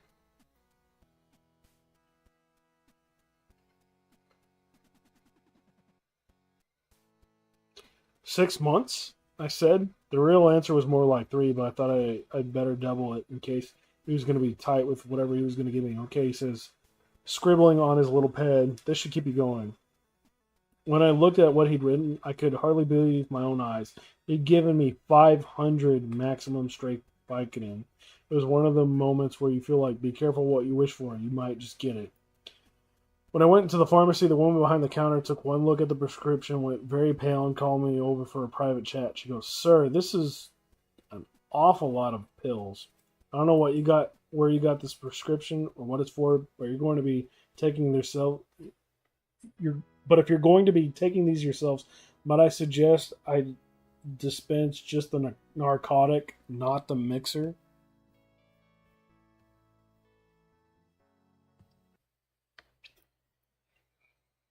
The mixer was Tylenol, she said.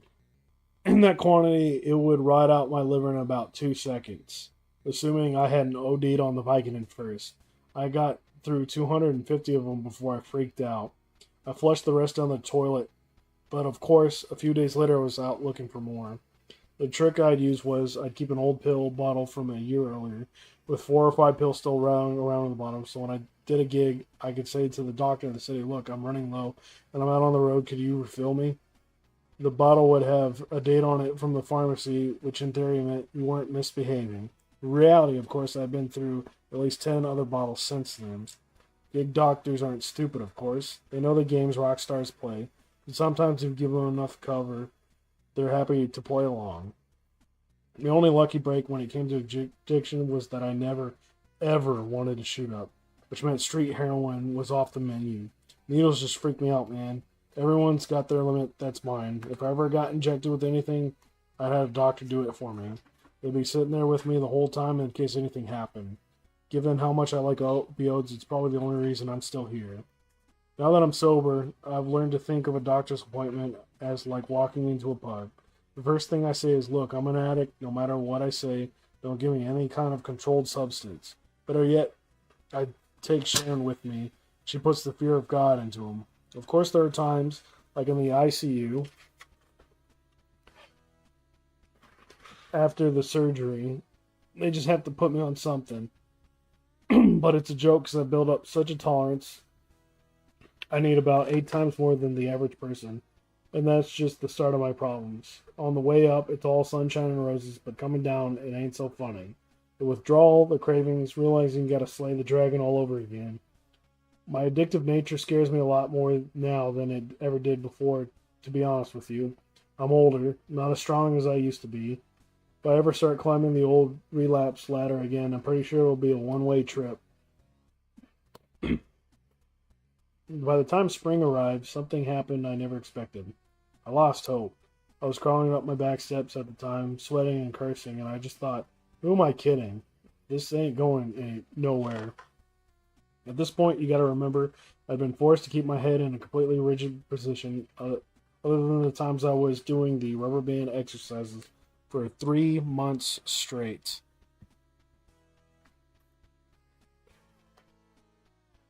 I had no privacy whatsoever.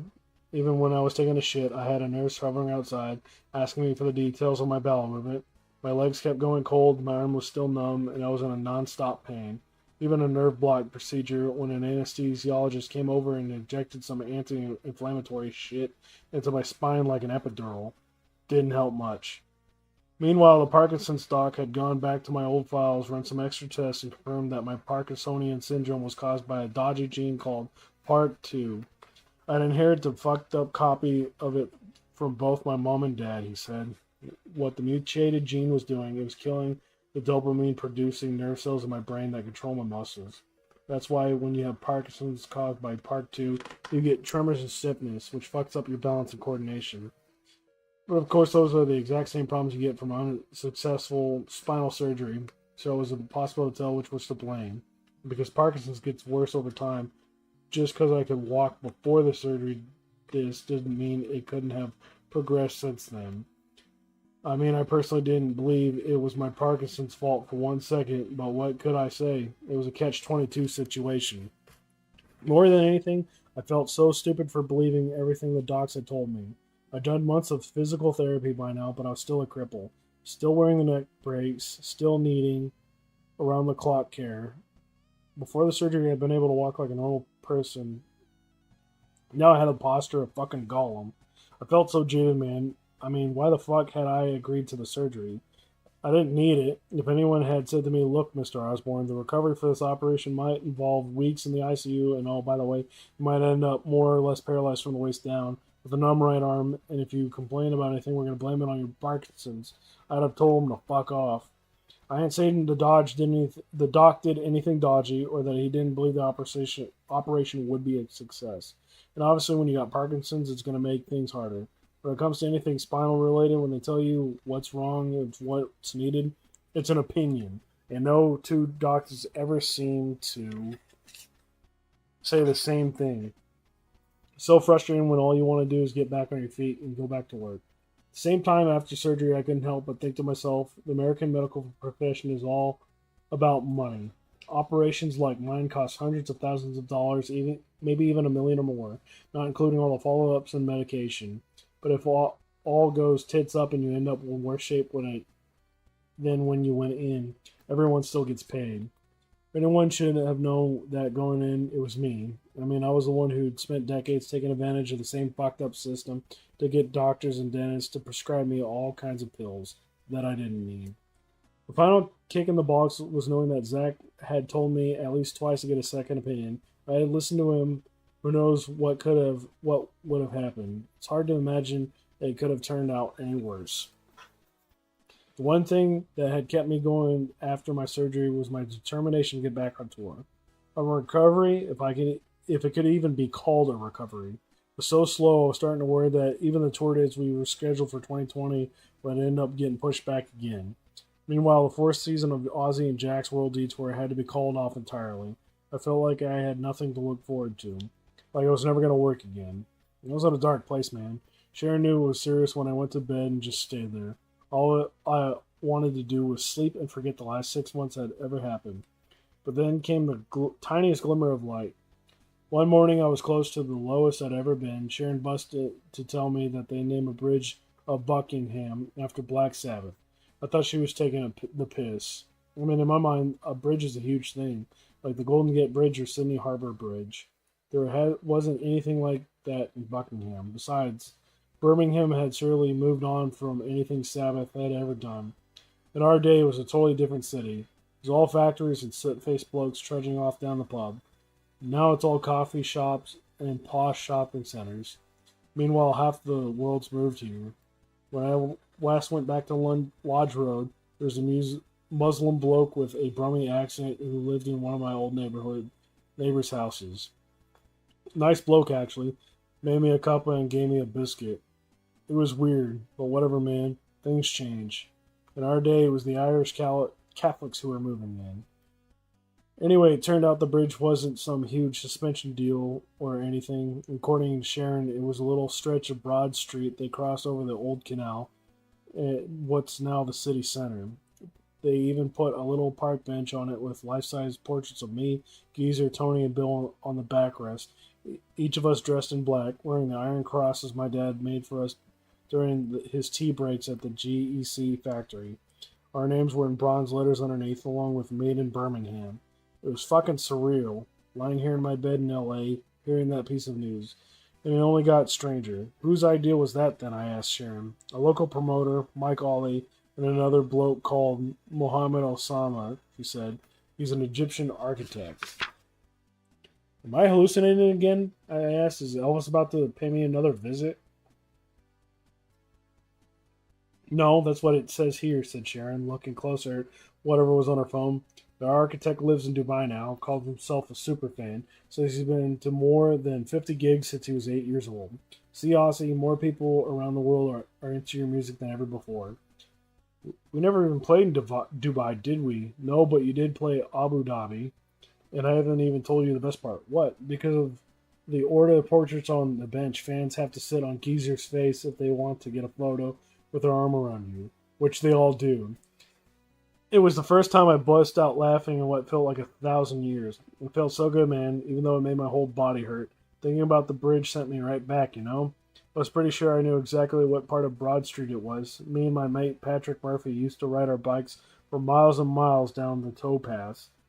Birmingham was more canals than Venice, if you can believe it. But when we were kids, the coal barges had only just stopped running as haulage was moved to the roads, and the canals were abandoned. Some of them were filled in, but most were left as they were, which was great for us because they became our playground. He was a good guy, Pat. He lived at 30 Lodge Road, a few houses up from ours. He was a Catholic like me, but a proper one who went to church. I thought he'd go on to big things, and I'd be the one who didn't amount to anything. But as time went on, he kept getting busted for all kinds of shit. Eventually, he got into big time drug dealing. It's like, Pat, what the fuck are you doing, man? Eventually, his wife asked for a divorce because she couldn't stand him going in and out of the Nick the whole time. It pushed Pat over the edge, that did. He went into his garage, started up his car, and gassed himself to death. It really knocked me when I heard that. I remember calling his mom, and she told me, I just want my Pat back. She lost 3 or 6 kids in the end. It was a fucking heartbreaking. I used to think about Pat after Paranoid came out, because I lived in a houseboat on a canal in London for a while. It was in Little Venice, not that far from Paddington. The boat was owned by our wide boy manager at the time, Patrick Meehan, who had just taken over from Jim Simpson. Why he bought the thing, I have no idea. He was raking in so much cash from our album sales and touring, he was probably running out of things to spend it on. Certainly had no shortage of rollers and diamond rings. I love that houseboat, man. I'd do coke there all night and talk so much the bloke in the next boat would come over and bang on the hatch to complain. Richard Branson's barge was just a few boats up, if I'm not mistaken. I know that because after I left Sabbath, me and Sharon sold the rights to Blizzard of Oz and Diary of a Madman to him, or to Virgin anyway, and he insisted on us going there to sign the contract. This was 10 or 15 years after I'd lived there, and I was expecting Branson's barge to be like Meehan's, which was all cozy with fresh paint and a nice little kitchen. But it was the most rinky-dink piece of shit I had ever been on. For a start, someone had shot out all the windows with a pellet gun, so there was all this broken glass and bird shit everywhere. Is this a joke? I said to Sharon after we climbed on board and waited for one of England's richest men in this absolute shithole. I honestly thought we had been pranked, that Jeremy Beadle was about to jump out of a cupboard. Ozzy, this is not a joke, Sharon hissed at me, and you need to be nice to him, because we're broke and he's about to give us £500,000. You should spend it on this fucking boat, I said, because it looks like it's about to sink. Oh, Richard, went Sharon as the man himself appeared. Lovely to see you. He was also at the party at the palace thing, Branson. I went to shake his hand and he kind of looked down his nose at me like we never met before, even though we'd done that deal. I suppose that's what you get with those upper crust guys. I ain't in his world and he ain't in mine.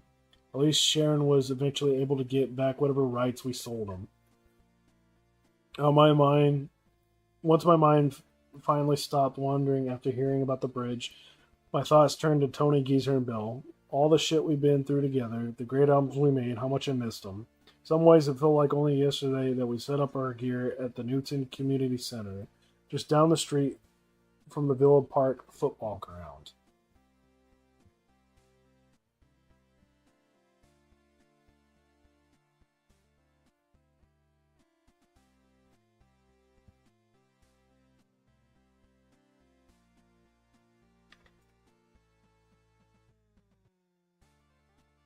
After changing our name from Earth to Black Sabbath. That's when Tony started playing that creepy 3-note riff. Bill did his freeform jazzy thing on the cymbals. Geezer got stuck in there, his bass notes making the windows rattle, and I started wailing about being the chosen one. What a moment that was. It was close to the blues, what we were playing, but it wasn't the blues. Something else, something no one had done before. Not that we had any idea at the time. All we knew is that we had goosebumps and needed to keep playing until we finished the song. The more I thought about it, the more I knew we needed to get together one more time. Even if I had people be willed on stage on a stretcher. We'd owe it to ourselves, the fans, to the people who'd named that bridge after us. There's just one problem. I hadn't spoken to Bill in almost 10 years.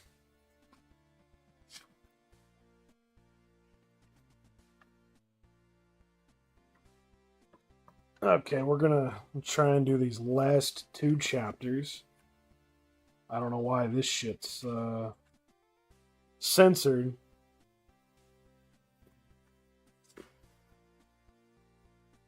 I believe it's a positive on the shit, but it's S and three blanks. We're on chapter 8 now. We'll do chapter 8, 9, wrap it up there. And then Saturday we'll move on to 10 to 13.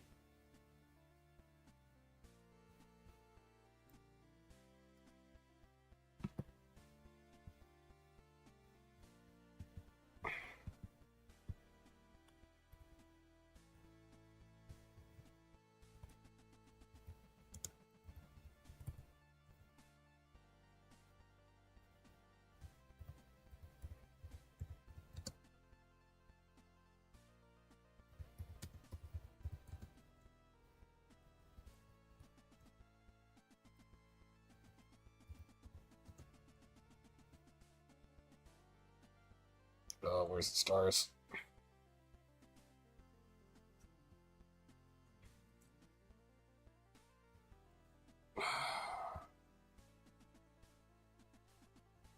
Holy Christ, man.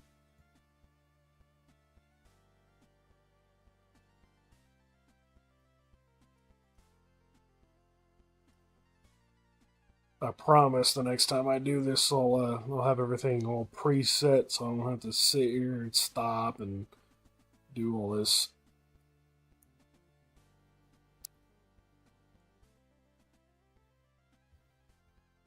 I know how mind-numbingly boring that is to be looking at all this. Just looking at a black screen anyway, and having just dead-ass radio silence.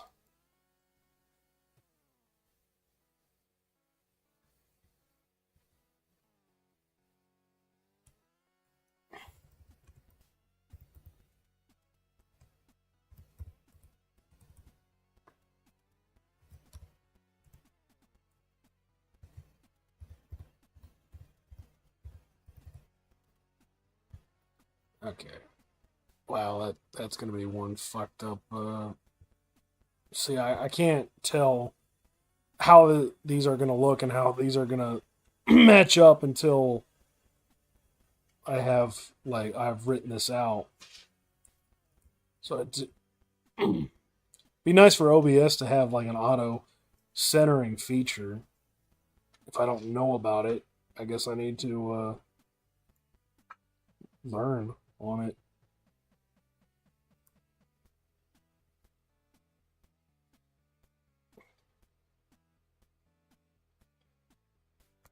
There we go. Okay, so at the top of a positive on the shit. When a band breaks up, it's like a divorce. The emotions, the money, custody of the name, and the back catalog. All the legal shit that goes with that, it's ugly, man.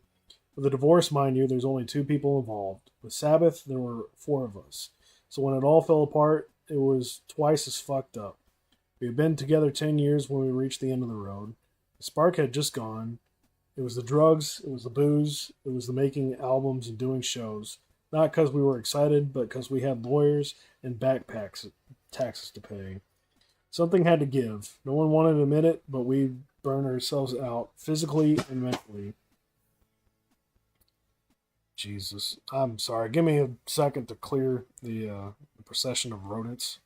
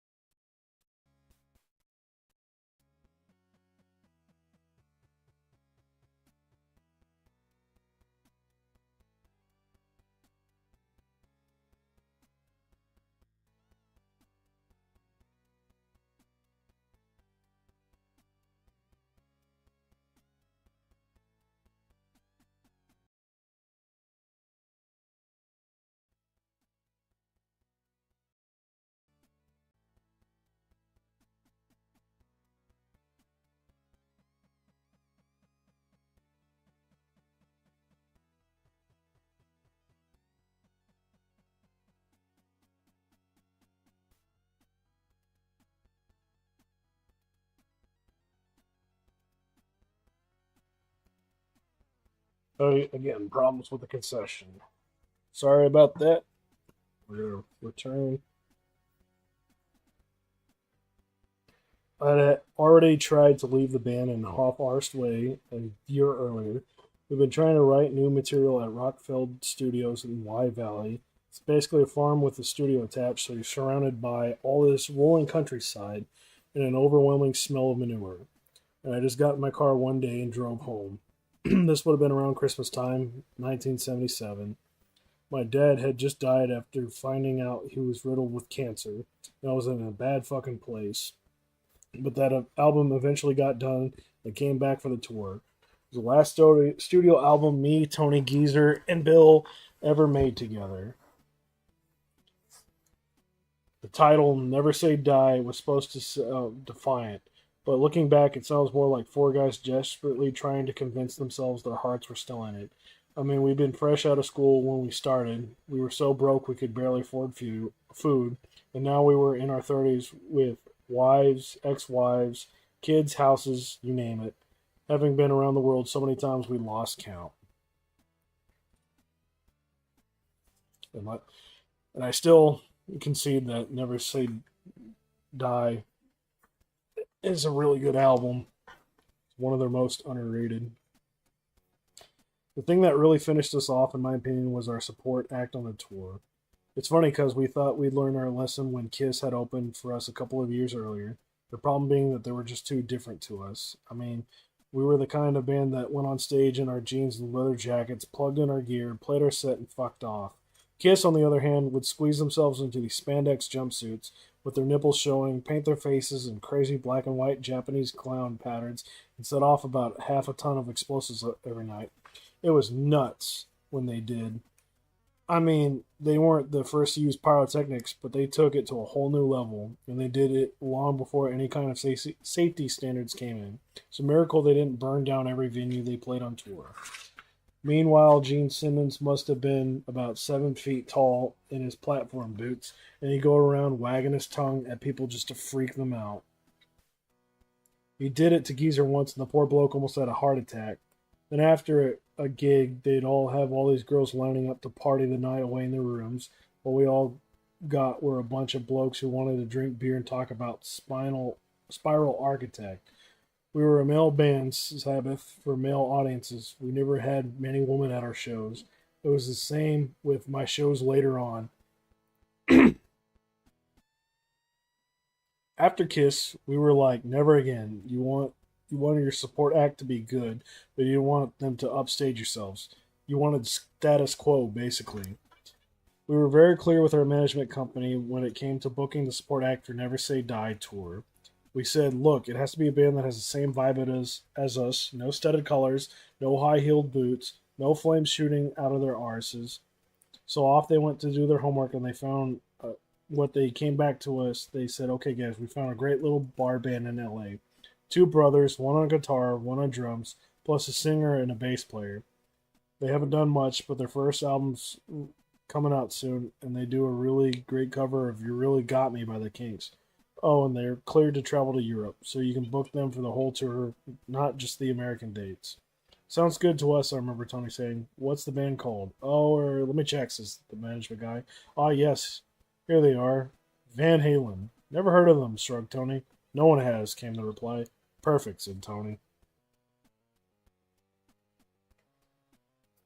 Next thing we know, it's the first day of the tour. Sheffield City Hall, and we're curious to see what this unknown LA bar band are like. So halfway through their set, we pop our heads around the door, and it's just moments before the gig when Eddie Van Halen, just 23 at the time, walks out on stage alone, gets on his knees, and plays Eruption.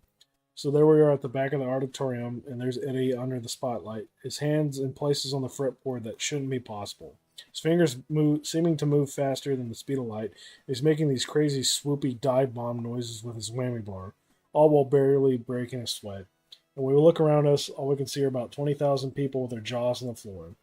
Then Eddie gets to the end of the solo, playing the notes so fast no one's ears can keep up. Alex comes in on the drums, and the crowd wakes up out of its trance and lets out a roar like England just scored in extra time against Germany.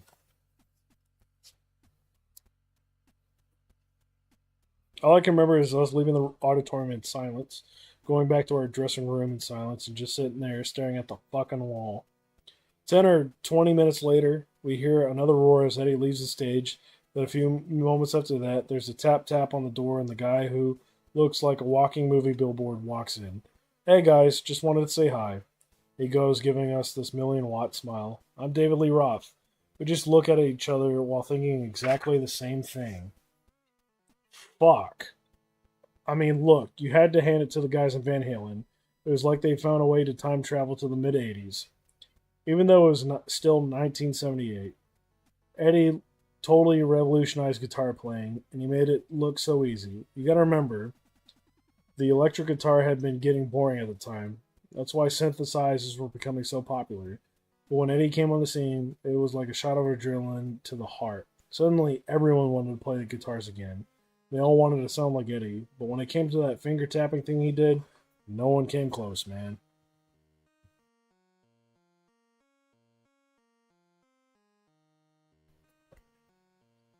All that aside, we had some fun with the guys on the road. Eddie and Tony became close friends, I believe, and stayed in touch until Eddie very sadly died when he was just 65. What a terrible loss that was. The guy was one of the greats. As for David Lee Roth, I never really hit it off with him. He was like Mr. Showbiz, always smiling, never unhappy. He comes from a well to do family. I believe maybe that's why we had nothing in common. You also never knew if he was spinning you a load of bullshit or telling you something for real. One minute he's saying he's getting his law degree, the next he's saying he's a part time paramedic. Story going around that the two of us had a cocaine duel during the tour, meaning who could snort the most coke before they killed over. I mean, it's possible it happened, but I doubt it. It just wasn't the kind of thing I did with Dave.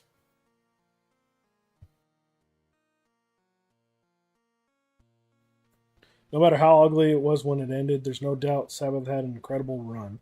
I mean, we just have been doing something right during those 10 years where we were making albums together because people are still streaming them and buying them on vinyl today. In my mind, we were a band that was just meant to be. Even though I had been a solo artist for much longer than I was ever in Sabbath, it'll always be a huge part of who I am. I vividly remember the moment I realized Sabbath was going somewhere. It was a club in Birmingham, Henry's Blue House, probably. It had a pack of cigarettes in one hand and a beer in the other. Our first album had been released a few days earlier, and through the crowd comes Jim Simpson, our first manager. He was also the owner of the club. It was on the floor above the Crown Club. Sorry.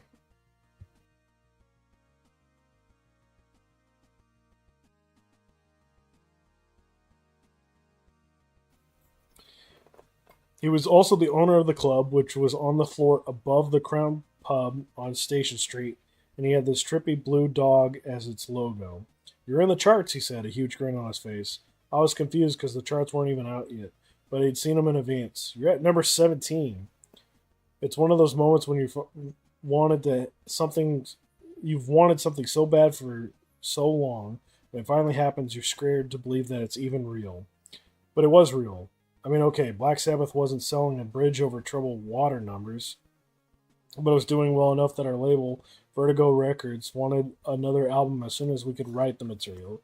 Meanwhile, they had already been promoting us in America by by taking out an advert in Rolling Stone. Louder than Led Zeppelin was all it said. We had worked our arses off to promote that first album, but it still felt like a one-off thing. It was only when our second album came out, Paranoid, that I remember thinking, okay, this might actually keep me going for a few years. It ended up selling more than 12 million copies, that record, and it's still going. What I have a hard time wrapping my head around is that when we wrote and recorded it in just a few days, we were flying, man. We finished that song Paranoid in about 20 minutes, 5 minutes flat.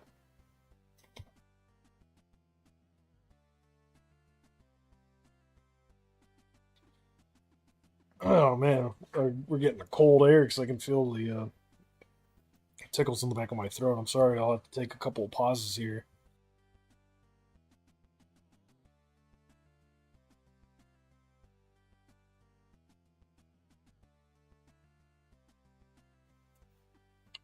I've thought over the years about why our music has lasted and others hasn't, As with any band, it's never down to just one person or one thing. You're a part of this jigsaw puzzle. When the pieces all click into place, it's the best feeling in the world. It's totally different than when you're solo. Someone, all right, well, I'll take a drink of this water. I'll see if that clears it. If it doesn't, I might have to take a short interval.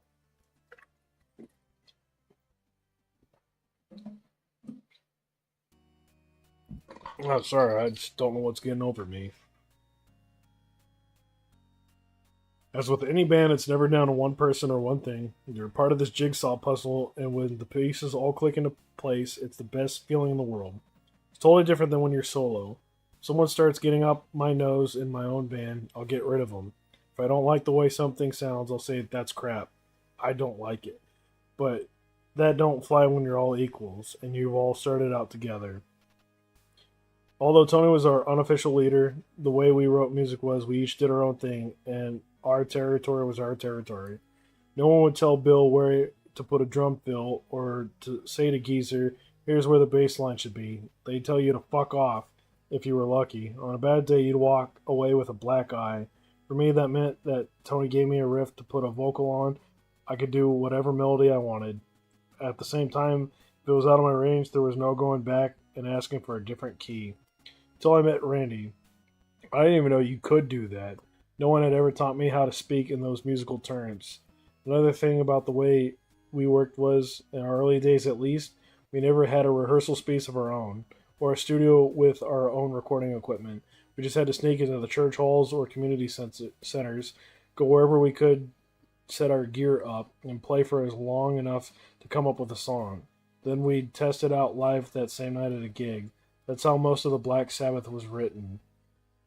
It forced us to be spontaneous, and because there was no studio meter running, we could afford to take more risks. If anything wasn't working, we'd find out soon enough, because we'd see the fans getting restless. When it came to the lyrics, they usually started out improvised. There's an old video on YouTube of us playing in Paris early on, around Christmas time 70s. It was Olympia, where the Beatles had done residency before going to America. When I watched the show back, I could tell I'm making up the words as I'm going along. With Fairies Wear Boots, a lot of the lines that popped into my head on the mic made it into the final song.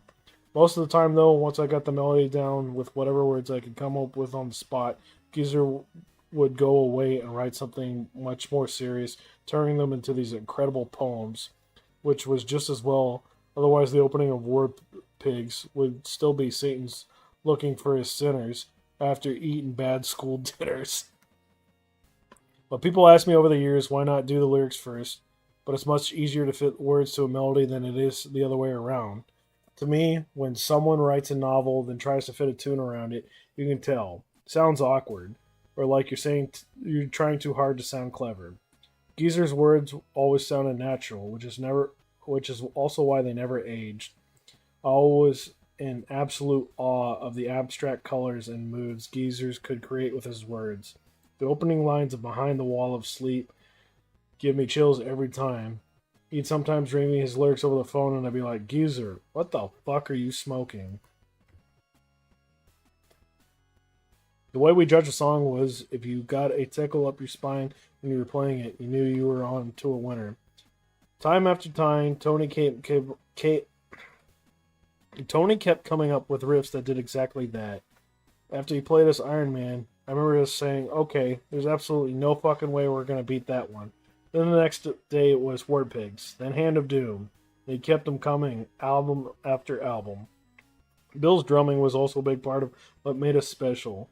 When he was a kid, I believe he played along to big band records, Count Basie, the kind of thing, and he kept those influences going in Sabbath. You could hear it on Wicked World when he's on the hi-hats before the opening riff. People think of jazz and Sabbath as having nothing in common, but if you pay attention, it's there. There's even a jazz band that does Sabbath covers now. I ain't joking. Jazz Sabbath, they're called. The only other thing I'll say about Sabbath's music is that we never had a formula. There was no verse, chorus. We got in a room together, we went with whatever the feeling took us. We'd go heavier than anyone had gone before. We'd have acoustic bits, trippy bits, orchestras, piano, a bit of synth. We'd start a song one way, move on to something totally different, then come back to the original riff 10 minutes later. And it worked, man. It just worked. Well, until it didn't anymore. I don't want to spend a lot of time talking about how I got fired from Sabbath. It was a long time ago. We were all fucked up. We all have our own versions of what went down. We had some great times, so why dwell on the bad? All I remember of those final days is flying from London to New York, getting held up at customs because was shit faced, missing some sessions, talking too honestly to a journalist about being pissed off with the band, then finally getting to this big house in LA where we're all working on the next album. There was a weird atmosphere as soon as I walked in the door. Then for the next few days, even though I was getting up early and working hard, whatever I did, they wouldn't like it. Until finally Bill came in and told me I was fired. The reason that I was drinking too much and taking too many drugs, which was pretty fucking rich given the state of everyone else. It all felt prearranged, as if I'd walked straight into a trap. I was like, fine, fuck it, I'm out of here. I hadn't been feeling the music anyways. They were taking the jazzy stuff too far in my opinion, and it was leaving me cold. The truth was, I was just over it and desperate to go in a new direction on my own. Although it was Bill who fired me, it was obvious he had been put up to it. Sad thing was, of all the guys in the band, I spent the most time with Bill.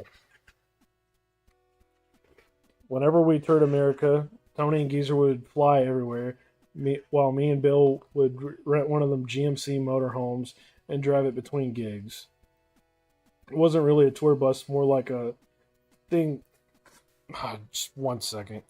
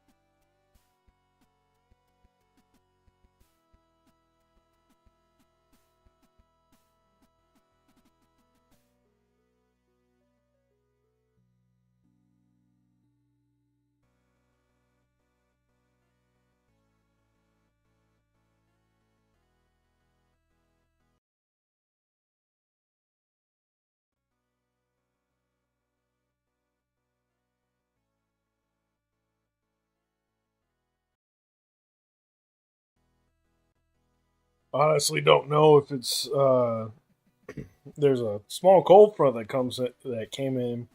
I don't know if it's that chilly air that's putting a damper on my voice or the fact that we've been reciting the verses for 2.5 hours now. But we're gonna push through. We're gonna get done with this one and the next one. Oh, I will persevere. The words of Ozzy Osbourne will persevere.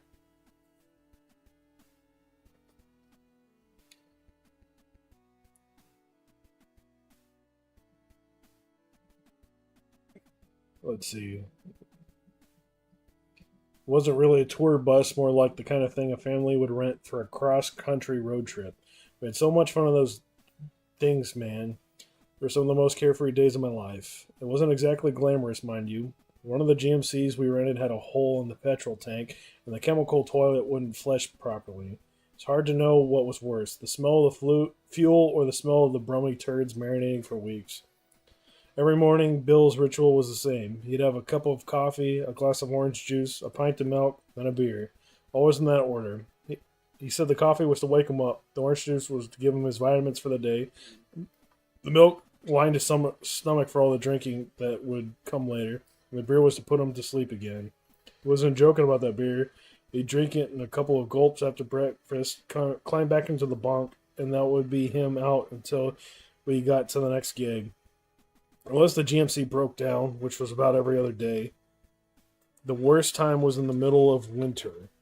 We must have been up near the Canadian border somewhere. There had been a blizzard earlier in the day, and it had been turned into freezing rain. I'd never been so cold and wet in my life. So there we are, shivering by the side of the road, trying to get the GMC started. And this older guy stops in a Jeep and he says, "Looks like I'm going your way. Do you boys want to ride?"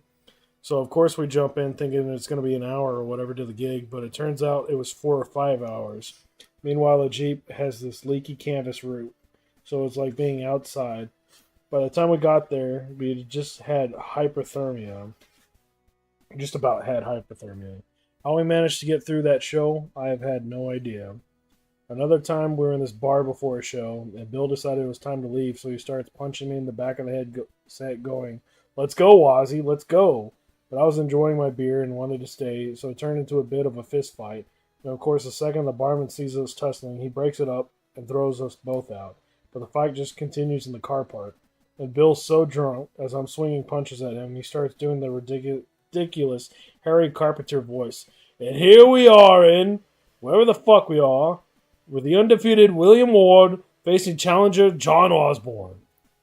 Eventually, I landed a right hook, but Bill barely flinched. He kept bobbing and weaving with all his blood running down his face, going, "And Osborne lands a jab, but misses a straight right cross, and Ward is still on his feet. This really is a nail biter here in where..." Thwomp! That time, Bill went down hard. Finally, I thought, I got the fucker to shut up, but then he jumped back to his feet. "And Ward is still in the fight," he screams, "but he can go the Thwomp! There was no getting up from that one. An hour later, we were playing the gig, both of us, black eyes and teeth missing. We were nuts, the two of us. Absolutely off our rockers. My final memory of the GMC was when I finally convinced Bill we needed to empty the shit tank. We were at one of those motorhome parks and I refused to get back on the thing until we did something about the smell.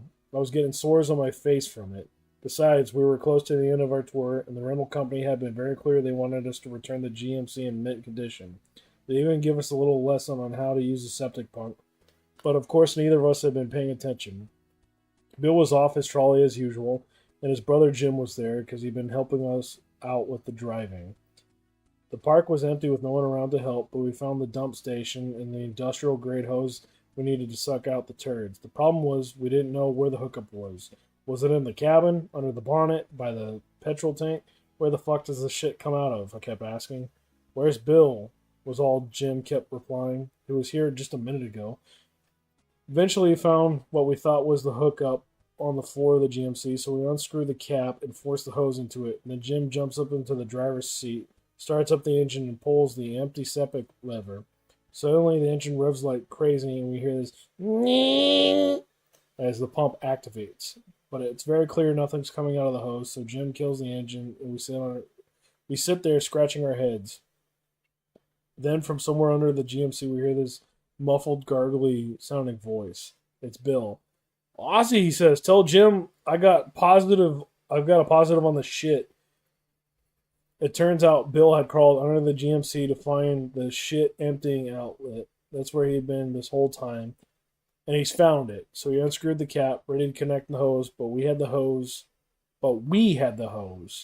not him. And because he was so arseholed, he must have nodded off for a moment. Meanwhile, we hooked up the hose to the windscreen washer tank or something. So when we emptied the septic, we emptied it on Bill. When Bill finally emerged, he was covered head and foot in this blue chemical toilet shit, spitting out bits of God knows what. But he didn't seem all that bothered. He just washed himself off under an outdoor tap. At least we finally emptied the shit tank, I thought. When we pulled away and looked back, there was a blue outline of where Bill had been lying, surrounded by this horrible, lumpy blue lake. He must be 40 years sober now, Bill. God bless him. But fucking hell, man. The times we had.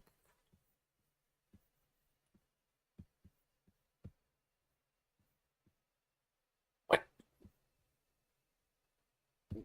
Why?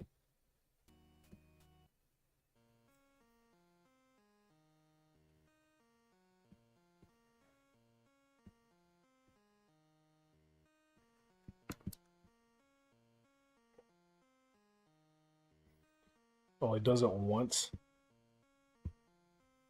That's pretty great.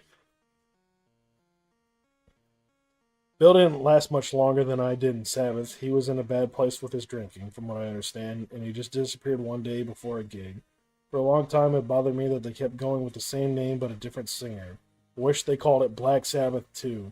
To me, the singer is the most obvious part of a band's sound, so it's a whole different thing than when you replace anyone else. I mean, okay, sometimes it works.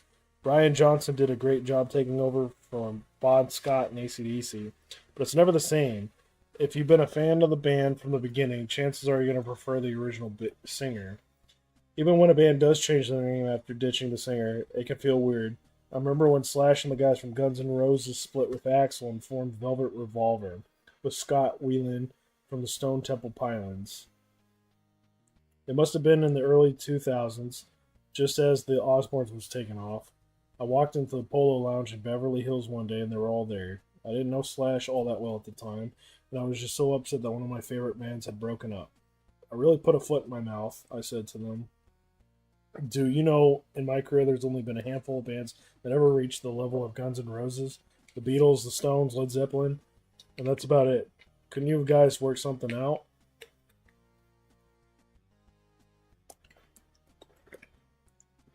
I didn't win any diplomatic medals for that comment, that's for sure. I just loved Appetite for Destruction so much, you know?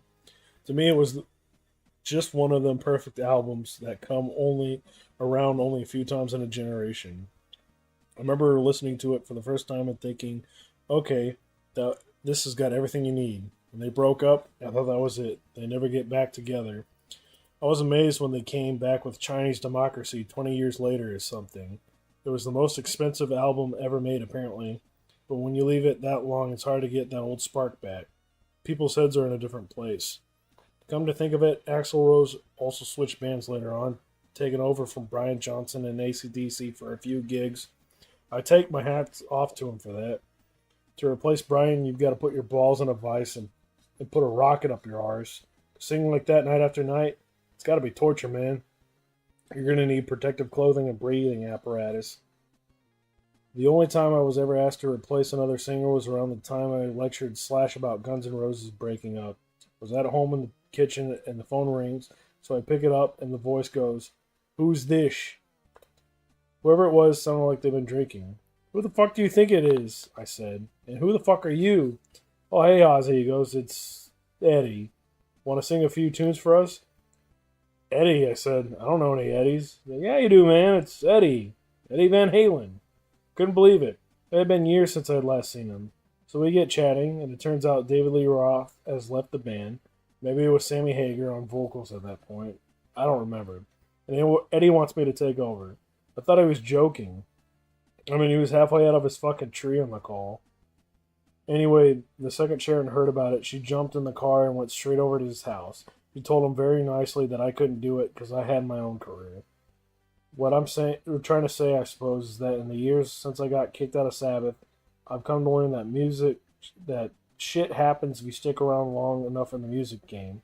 And on reflection, getting fired from Sabbath was the best thing that happened to me. It was certainly the best thing that ever happened to them. When they hired Ryan and James Dio to take over from me, they had something to prove, and I had something to prove.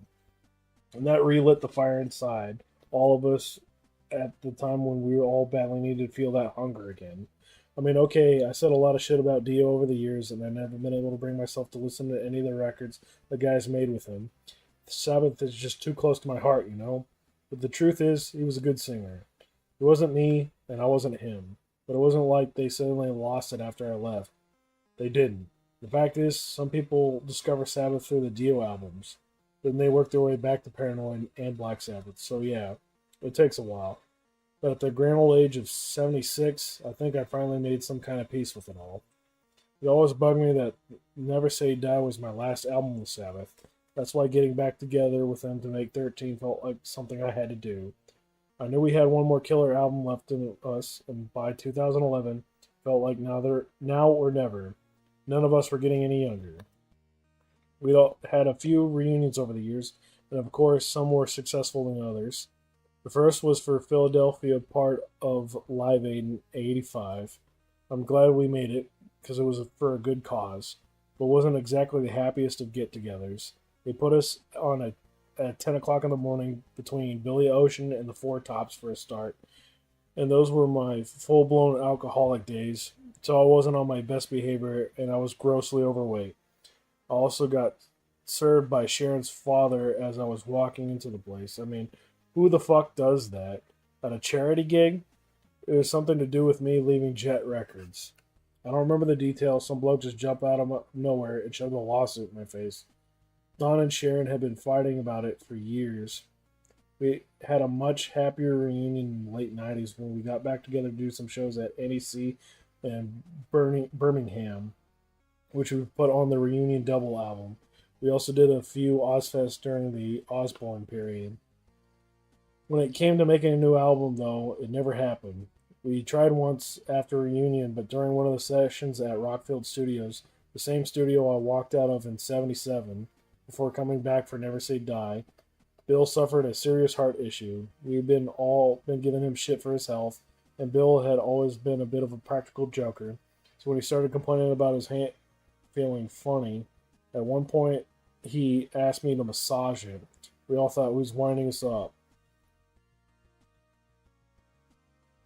Then, when an ambulance showed up, it raced past us with its siren blaring as we were having a fag break in the rain. We were like, fucking hell, he's really taking this to the next level. But it was deadly serious. We almost lost him. When Bill finally got out of the hospital, the docs told me he couldn't work for a year. And by that time, we got around to trying again with the album. We all became busy with other projects. It just kind of petered out. Strange as it sounds, the album that became 13 actually got its start in the late 80s, when the big-time producer Rick Rubin called me out of the blue one day. He didn't mention an album, he just invited me up to his house in Laurel Canyon up in Hollywood Hills to hang out.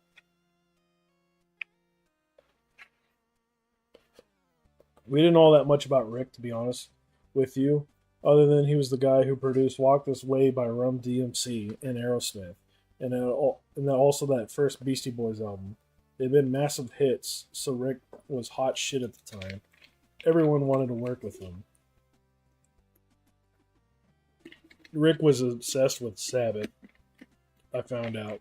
I remember walking into this Spanish-style mansion, hidden away on some narrow street, with epic views over LA. He had these huge speakers like a full PA system. He was playing tracks off our first album. The weird thing was there was also all these Buddha statues everywhere, and a sign that said, "Quiet, please, meditation in progress." The bloke must have a screw loose, I thought. He was heavy then, Rick, like a sumo wrestler, and had the long hair and the beard. Only they weren't all silvery like they are now. He was barefoot, like he always is. I've not seen him once in shoes. The first thing I said to him, I remember this very clearly, was, "Hi, Rick, want to do some blow?" This was the late 80s, you gotta remember. Whenever I met anyone, no matter the circumstances, I assumed they were either on coke, about to do coke, or coming down from coke, which meant they were out of coke and needed more coke. But Rick was different. "You should stop doing that shit, man. It'll kill you," he told me. "Oh, okay then." I was trying hard not to sniff, even though my nose was dripping like a leaky tap thanks to all the powder I'd been blasting up there. Quick question though, Rick. Where's the nearest bog? Just up the hall. Back in a sec. I went off, sniffling all the way. I never met anyone like Rick before. He didn't smoke, didn't drink, didn't do any kind of drugs, not just cocaine.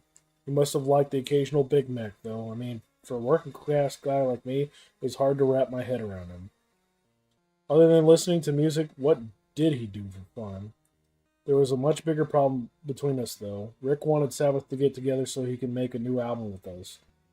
But I still had a bit of bee up my arse about getting fired, even though that had been close to a decade ago. "Ozzy, you gotta tell me," said Rick. "Is there any chance you guys might work something out?" "No fucking chance," I said. "Okay," he said. "Then can you do me a favor?" "Sure. If you guys ever do get back together, can you call me?" "Rick," I said, "it just ain't gonna..." "Ozzy, I get it. I totally get it," he said. "But if it does happen, can you call me?" "Okay, but like I said, that's all I need." Every time I saw Rick after that, he'd pull me aside and whisper, "Don't forget our deal." Literally every fucking time for the next 25 or something years. We had a couple of false starts along the way, like when we got together in studio before and after Bill's heart attack. But otherwise, it seemed like it would never happen. But then once the Osbournes had wrapped its final season, and Tony had done his last tour with Dio in their Heaven and Hell band. It seemed like the time had arrived. It also helped that we finally settled who controlled the Black Sabbath name, with me and Tony splitting it 50-50 between us. Of course, it took about 4 seconds for the first cracks to appear. The first problem was that my ego was out of control, and I was starting to fall back into my old bad ways. The second problem was that because we got so badly ripped off back in the day, Bill takes a long time to agree to any kind of deal. And he wanted an equal cut, which I thought was a bit naughty because he hadn't been playing on the road for a very long time. Then I made some comment about it in the press. There was a blow up with Sharon. It got ugly, and we just ended up going ahead without him. It did a lot of damage to my relationship with Bill. We stopped speaking to each other. I came to deeply regret that. The thing is, when we started arguing, Bill took it personally. It was understandable. His feelings run deep in our bands. Or feelings run deep in bands, especially when you start out basically as kids. But with Tony, he just called me out on all my shit. He'd go, Ozzy, it's not your fucking band. And that shut me down. Although Sabbath never had an official leader, unofficially, it was always Tony. As for Geezer, I honestly have no idea what happened with his deal, but he worked something out. He must have just left it to his management. Thing is, over the years, I've gone off Tony, and he's gone off me. Same with Geezer and Bill, but we've always come back to each other. We always will. With 13, though, Bill got left behind. It's very sad for all of us, and I think we all wish it hadn't happened that way. Once our deals were done and Bill was officially out, it was time to start writing the material. Luckily, my good friend Tommy Clefitas was able at the time, so he stood in on the drums while we jammed and put together our ideas. We started out at my home studio in LA. I was living in a place called Hidden Hills at the time, a gated suburb near Calabasas, way out in the rolling hills west of the city, just over the mountains from Malibu. One of the first things I noticed about Tony when he flew in was how thin he looked. He said it was nothing, but I said to him, Tony, you really need to go see a doctor when you get back to England. So he did, and that's when he found out he had lymphoma. But you can't keep Tony down, man. He's a fighter like we all are. He just moved the rehearsals to England as he went through his chemotherapy and radiation treatment. If anything, it made us even more determined to get the album done, and it was fucking great. And make it fucking great. Once Rick started to get heavily involved, he said he wanted to try a different drummer, someone who wasn't straight up rock in his words. He kept suggesting Ginger Baker, who had obviously been in Cream and also Hawkwind for a while with my great friend Lemmy Kilmister. God rest his soul. But Baker was crazier than me. I mean, there was a documentary about him, Beware of Mr. Baker, where he broke the director's nose with a metal cane at his house in South Africa. And that was after the guy had been thrown out of every other country. Not that he would have been taking the job anyway. He was nuts. It had been a liability on tour. In the end, we went with Brad Wilk from Rage Against the Machine. Now to me, Brad's about as rock as you can get, but Rick thought he had more of a jazzy, swingy feel. I was never comfortable with that decision. Everyone had been fine with Tommy until Rick came on board and had other ideas, so I was kind of pissed off about that for a while.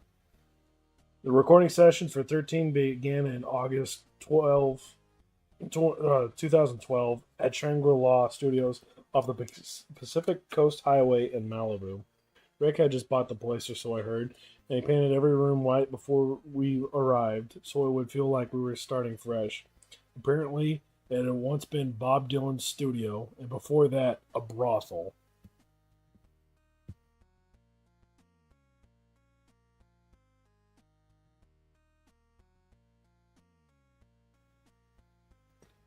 The bedrooms. Oh, I just had it. The bedroom still had mirrored walls. It also still had the leather upholstered bar where the punters would choose which girl they wanted. Meanwhile, Dylan's old tour bus was parked on the lawn in front. He left it there after a tour in the 60s, said Rick. It was now the studio's control room, which was pretty cool. There was even a little padded listening area at the back. Behind the property, I also found out there was an old barn where the retired sitcom star, Mr. Ed, used to live. I remember thinking the poor guy must be pretty down on his luck to end up in a bar. Then someone explained that Mr. Ed was a horse. We mustn't have ever got that show in England. Once we fully moved in and started recording, Rick was like the resident guru. He always been padding around barefoot in his white t-shirt and black shorts. The whole thing was fucking weird, man. When we were trying to work stuff out, Rick would just be lying in the corner like, going, I like this. I don't like that. He never minces words. I was a bit worried about Tony's reaction at times. Tony doesn't like being told what to do. He certainly doesn't like anyone fucking around with his guitar. I've seen people try that over the years, and they usually end up getting a left hook from him. Rick kept saying he wanted us to go back to the first Black Sabbath album, but both Black Sabbath and Paranoid were basically live albums. They had that looseness to them. We just set up our gear and hit record. He also kept saying, I don't want you to write anything happy. That got under my skin a bit. It reminded me of the days when people got Black Sabbath all wrong. They thought we were some kind of Halloween band. The thing is, there are only so many Iron Mans you can do. The mistake a lot of bands make is they go, oh, that last album, Smoke on the Water, was a big hit. Let's do another one that's basically exactly the same but with a slightly different riff. It gets old really fucking fast. You gotta move on. Tony's cancer didn't make things easier, but we kept going even though all his treatments, which ended up lasting a few years, until he was officially in remission. Meanwhile, Geezer hammered out the lyrics, working day and night, and he delivered. He hadn't lost any of his genius for words. The first time I took the rough mixes home with me, I thought, Rick's out of his mind. It didn't sound very good at all. I was like, I need to speak up more. We need a change of direction here. But after a while, I realized that I needed to do was leave my ego at the fucking door. The thing is, albums are such a personal thing. They're like your children in some ways. When you have a vision in your head, you can drive yourself crazy trying to get it exactly how you want. It's so demanding on your person. It absolutely drains you. I had to let it go in the end, especially since it was a Sabbath album and there were others involved. I was in the booth all the time. I'd go through a song 500 times and Rick would go, the last one was great, Ozzy. Give me one more. And I was like, how can it be great if you still need one more? But that's Rick. It got to the point where I decided to stop fighting it. I just said, okay, Rick, I'm here for you. If you want one more, you'll get one more. No one could argue with how well 13 did. It was the first album in our career that went straight to number one in both Britain and America, and a whole host of other countries. We won a Grammy. Even the reviews were amazing. Not that I read them, but when we took the album out on tour, it was all business, not like in the old days. We'd go to the venue, do the tune-up, then each of us would go off to our own dressing room. I'd have my crowd with me, they had theirs. We wouldn't have meals together or do any kind of fun band stuff. You felt like a hired gun.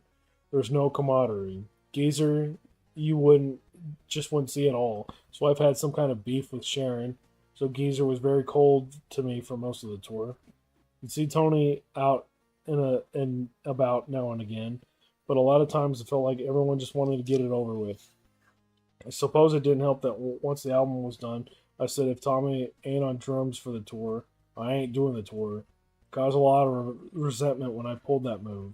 Brad even called me up and said, why don't you want me to do this gig? All I could say was, Brad, if you were Tommy, you'd be there for all the writing, and Rick had wanted you gone. How would you feel? He had no answer to that. There wasn't an answer. The truth was, Brad did good work on the album, but in my mind, Tommy should have been there all along, and he deserved to be there on the tour. At the same time, I'll admit, I was just so used to doing my own thing and having my own band, it was really hard not to be in control. Maybe that's why the atmosphere on stage never felt that great. Looking back now, the way I was behaving was also a result of my old insecurities coming back to bite me. So I never had the patience to learn to play an instrument, other than the harmonica. I always felt less than, you know? It was like I was just the singer and Tony, Geezer, and Bill were the real musicians. So I never had much to say about what went down. That wasn't true, or not always anyway, but it was how I'd felt since I was 20 years old. When I got fired from Sabbath and went solo, I escaped that. But now we were back together. It felt like I never left, with all those old tensions coming back. I don't mean to sound like I regret doing any of it. I don't. The album tour were successful beyond what any of us could ever have dreamed of. But if it would have been so much better if I had been friendly and if we'd had Bill there. Tommy did a great job on drums, don't get me wrong, but he'd be the first to admit he ain't Bill and never could be. And that ends chapter 8. And on to the final chapter of tonight. We are Dead by Christmas.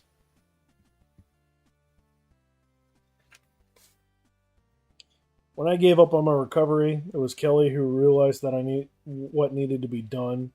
I needed to get off my arse and get back to work, and if I couldn't go back on tour, that meant going into the studio. Singing would also help with my vocal cords, and it would be a lot more fun than going ba ba ba and la la la with my speech therapist 1,001 times a day. But I wasn't interested. If I wasn't making an album, what's the point? I said to her. It would be wasting everyone's time. Actually, said Kelly, I know a guy who really wants to sing with you. Really? Who's that then? Post Malone. I thought about it a second. That's very interesting, I said. I've got one question. Okay. Who the fuck's Post Malone? Oh, for God's sakes, Dad. She pulled out her phone and started playing me Sunflower. Okay, now I knew who he was. I like that song a lot. Like everyone else, I've heard it on the Spider-Man Into the Spider-Verse soundtrack. It was one of the massive hits, like Sweet Child of Mine, that you couldn't avoid for about 2 years straight. Sold 20 million copies or something. Post was obviously a very talented bloke and one of the biggest deals out there. But I was in such a bad way, I didn't believe he really wanted me to do it. He seriously wants to sing with me, I asked. Yes, he's been a huge fan of yours since he was a kid, everything from Sabbath to Blizzard of Oz. We have a friend in common who's a producer, and everyone thinks this would be amazing, Dad. You've got to do this. Okay, then, I said, warming up to the idea, but don't we need to write a... I couldn't even finish my sentence because Kelly was hugging me and jumping up and down at the same time with tears running down her face. It was a weird role reversal. Kelly looking after me. I mean, okay, I've been a pretty absent father in many ways, but when Kelly was a teenager, she gave me and Sharon a run for our money. I remember there was a time when I kept getting these bills from Beverly Hills Hotel for like $35,000-$40,000. Every month they'd arrive, and I'd just pay them. Till eventually I was like, this can't be right for the occasional lunch with Sharon at the Polo Lounge. So I went down there and talked to the manager, and he was like, oh yeah, Kelly brings all her friends here after school and buys them all dinner on your account. And I was like, what the fuck are they eating? Gold bars? Yeah, she's a chip off the old block, is Kelly.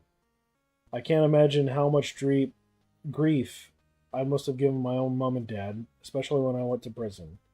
But now here I was, stuck at home, either in our bed or getting stretched out on the traction table, while Kelly, Jack, and Amy were out earning a living and basically acting as my carers. Sharon, too. She was doing that TV show of hers, The Talk, 5 days a week, which was a crazy schedule to keep up. She was wiped out come the weekend, but she still made time to organize all my treatments. I feel so guilty, like I wasn't doing my job, which was providing for my family as I'd always done, no matter what state I was in. Like I was letting everyone down. My family, my band, the crew, most of all, the fans. Above all, I felt like I was a burden to everyone around me. When you're a working class guy, if you're not clocking in, you feel like you're making everyone else work double shifts to cover your lazy arse. Meanwhile, my round-the-clock care was straining the old bank account like never before, and we still hadn't told the fans what the fuck was going on with my health. As strange as it might sound coming from a guy who's lied about his addictions his whole life, I hate secrets. They weigh you down, man. And the truth was, I was running out of excuses not to be on tour. That's why half the internet seemed convinced I was dead. I couldn't believe how quickly the song with Post Malone came together. The first thing that happened was Kelly introduced me to her producer friend, Andrew Watt. He was still in his 20s then, Andrew, but he had been in a band with Glenn Hughes from Deep Purple. He also worked with Lana Del Rey and with Post on his Beer Bongs and Bentleys album. How he and Kelly became friends, I have no idea. I think they bumped into each other once at a party, and because Andrew knew Post was a big metalhead, he obviously knew Kelly was my daughter. He called her one day and said Ozzy and Post should work together. I headed off with Andrew immediately. He just loves music, you know? The guy could shred with the best of them. At the same time, I ain't gonna pretend he didn't seem like a kid. I mean, he was born in the 90s. I've got socks down the back of the sofa that are older than him. He's got an attention span that makes me seem like the world's most patient man. When I went over to his home studio in Beverly Hills, it was in his basement with these heavy Persian rugs on the floor, guitars on the wall, all kinds of vintage keyboards and computer monitors everywhere. It was whizzing around all over the place, air drumming, head banging. The guy couldn't sit down for 2 minutes straight. For a moment, when I was worried he might be some kind of whack job, and when he did sit, his face was glued to his phone, like everyone else's age. I gotta tell you, man, I'm so happy I grew up without one of those things. Life might have moved slower in our day, but at least we got to stop to smell the roses once in a while, instead of constantly checking some glowing screen. Not that there were many roses in Aston, mind you. Most of what we were smelling was coal dust and ammonia. At some point, Andrew sent me the rough version of the song over email. I loved the vibe of it right away. It was like this dark breakup song with a massive chorus and proper rock god guitar solo. Take What You Want was the title. Andrew had been working on it for a while with Post and another guy called Billy Walsh, I believe. All it needed were the vocal melodies added. Andrew also mentioned they were going to try and get the rapper Travis Scott to do a verse. As with Post, I didn't know much about Travis at the time. As with Post, I didn't know much about Travis at the time. And obviously, hip hop ain't exactly my thing. But when I looked him up, I realized he's more than just a rapper. He has this dark, futuristic sound with a crazy mosh pit energy to it. Kelly told me his video for Sicko Mode got more than 1 billion views. When it was time to do the recording, Post couldn't be there in person because he'd just come off a tour, but he was on FaceTime with Andrew while he worked. And of course, me being me, I started taking the piss, calling him the postman at every opportunity. We had a good laugh, actually. I must have been there 4 or 5 hours. The thing with Andrew was, once we finished nailing down the vocal melody, he didn't need me to do 50 takes like Rick Rubin would. If you know what you want, that's just not necessary. We got it done in 2 or 3 takes, I believe. Afterwards, or maybe it was another night, me and Kelly took Andrew out to celebrate, or maybe it was another night. Me and Kelly took Andrew out to celebrate at this Italian place. For some reason, Andrew wanted to order the same thing as me, so I got him some real rock star food. Spaghetti with this ridiculously heavy cream sauce and 2 scoops of caviar. So why is this rock star food, he asked me when he was halfway through. Because it costs a fortune and it'll kill you, I told him. Seriously, though, I'll forever be thankful to Andrew and to Post for lifting my head above the clouds at one of my lowest points of my life. I had been lying in my own self pity for so long. The second I started working again, I felt this darkness start to lift. I mean, I was still in pain. I still couldn't really walk on my own. My neck still needed support. But now that I had distraction, some kind of purpose, it was night and day. I was even motivated to start doing Pilates 3 times a week. Meanwhile, I was sleeping so much better thanks to some CBD oil. I can't believe you just did that, said Kelly on her way home from the restaurant. Did what? I said. Smiled. What are you talking about? Dad, she said, that's the first time I've seen you smile in at least 6 months. And her face lit up. You know what? You and Andrew should do an album. I wasn't going to argue. If you're on a roll, why stop? Once the plan was official, Andrew got together with Duff McKagan from Guns N' Roses and Chad Smith from the Chili Peppers to jam out 12 song ideas. They'd all just played a benefit together, apparently, so they had a bit of chemistry going. Even so, I couldn't believe it when they came back just 4 days later and said they'd written the bones of the material. I mean, I've been holding the country houses where nothing's happened for months before, bang, the first good idea comes out. So off I went back to Andrew's studio to finish the writing and do the recording.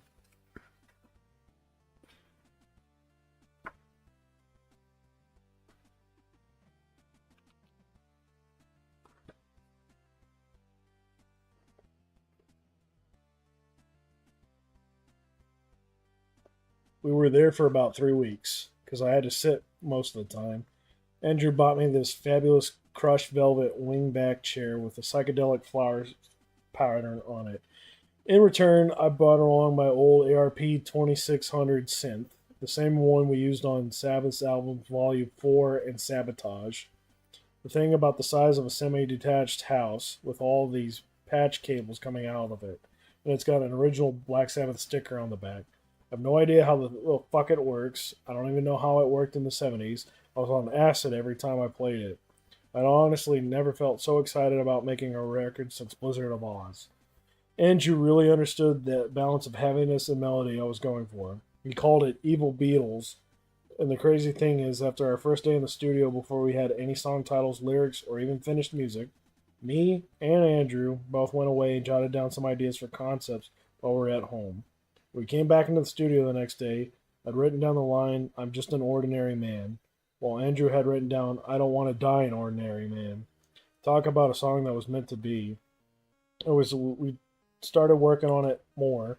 We got this idea about a guy like me who'd become famous from a working class background. He became famous very quickly, and he's singing the song at the end of his life, looking back, not sure how or why he's still alive, and hoping he won't die penniless and unknown, like how he started out. Meanwhile, the melody was based around this very stately, very 70s sounding piano riff. As Andrew was playing it, I was like, you know who'd be perfect on this? The Rocket Man. Elton John. I mean, the song could have been about either of our lives. We've both grown up in piss poor parts of England after a war. We've both gone from absolutely nothing to more than you could ever imagine in a very short space of time. It was a pretty small club, the people who've seen these extremes in their lives.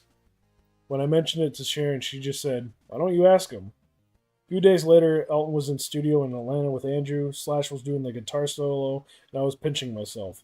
I couldn't even put it into words how much it meant to me to do a song with Elton. The guy's a living fucking legend. When the final version was done, the last step was Andrew flying over to Abbey Road to add in an orchestra. Everyone I played it to would just start sobbing. I was like, it's not that bad, is it? The title of the song, Ordinary Man, also became the title of the album. I'm so grateful to everyone who appeared on Ordinary Man. My old friend Tom Morello from Rage Against the Machine was on there doing guitar on Scary Little Green Man and It's a Raid, another song with Post Malone. Since Post was such a big Sabbath fan, we put the trusty old ARP 2600 back in his service. It's a Raid was inspired by the making of Volume 4 in Bel Air. This would have been the summer of '72, the absolute height of our coked up period, where we're getting wax sealed vials of the stuff from Pablo Escobar via some bent LA customs officer. Anyway, one afternoon I was sitting there in this mansion we were renting. I had a spliff on one hand, a beer in the other, and there's this huge glass bowl of Coke on the coffee table. It was getting a bit hot. So I got up to adjust the air conditioning, but just as I'm sitting back down, I hear the unmistakable wail of sirens echoing through the canyon. And the next thing I know, 5 cop cars are screeching into the driveway. I'm like, fuck, we're being busted. It's a raid! It's a raid! I started screaming, and suddenly everyone's running around in their underpants, hair on end, trying to hide all of our shit.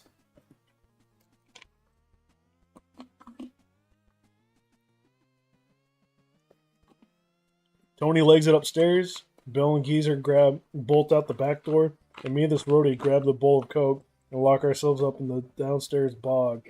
But as we're trying to flush the stash down the toilet, the pipe backs up.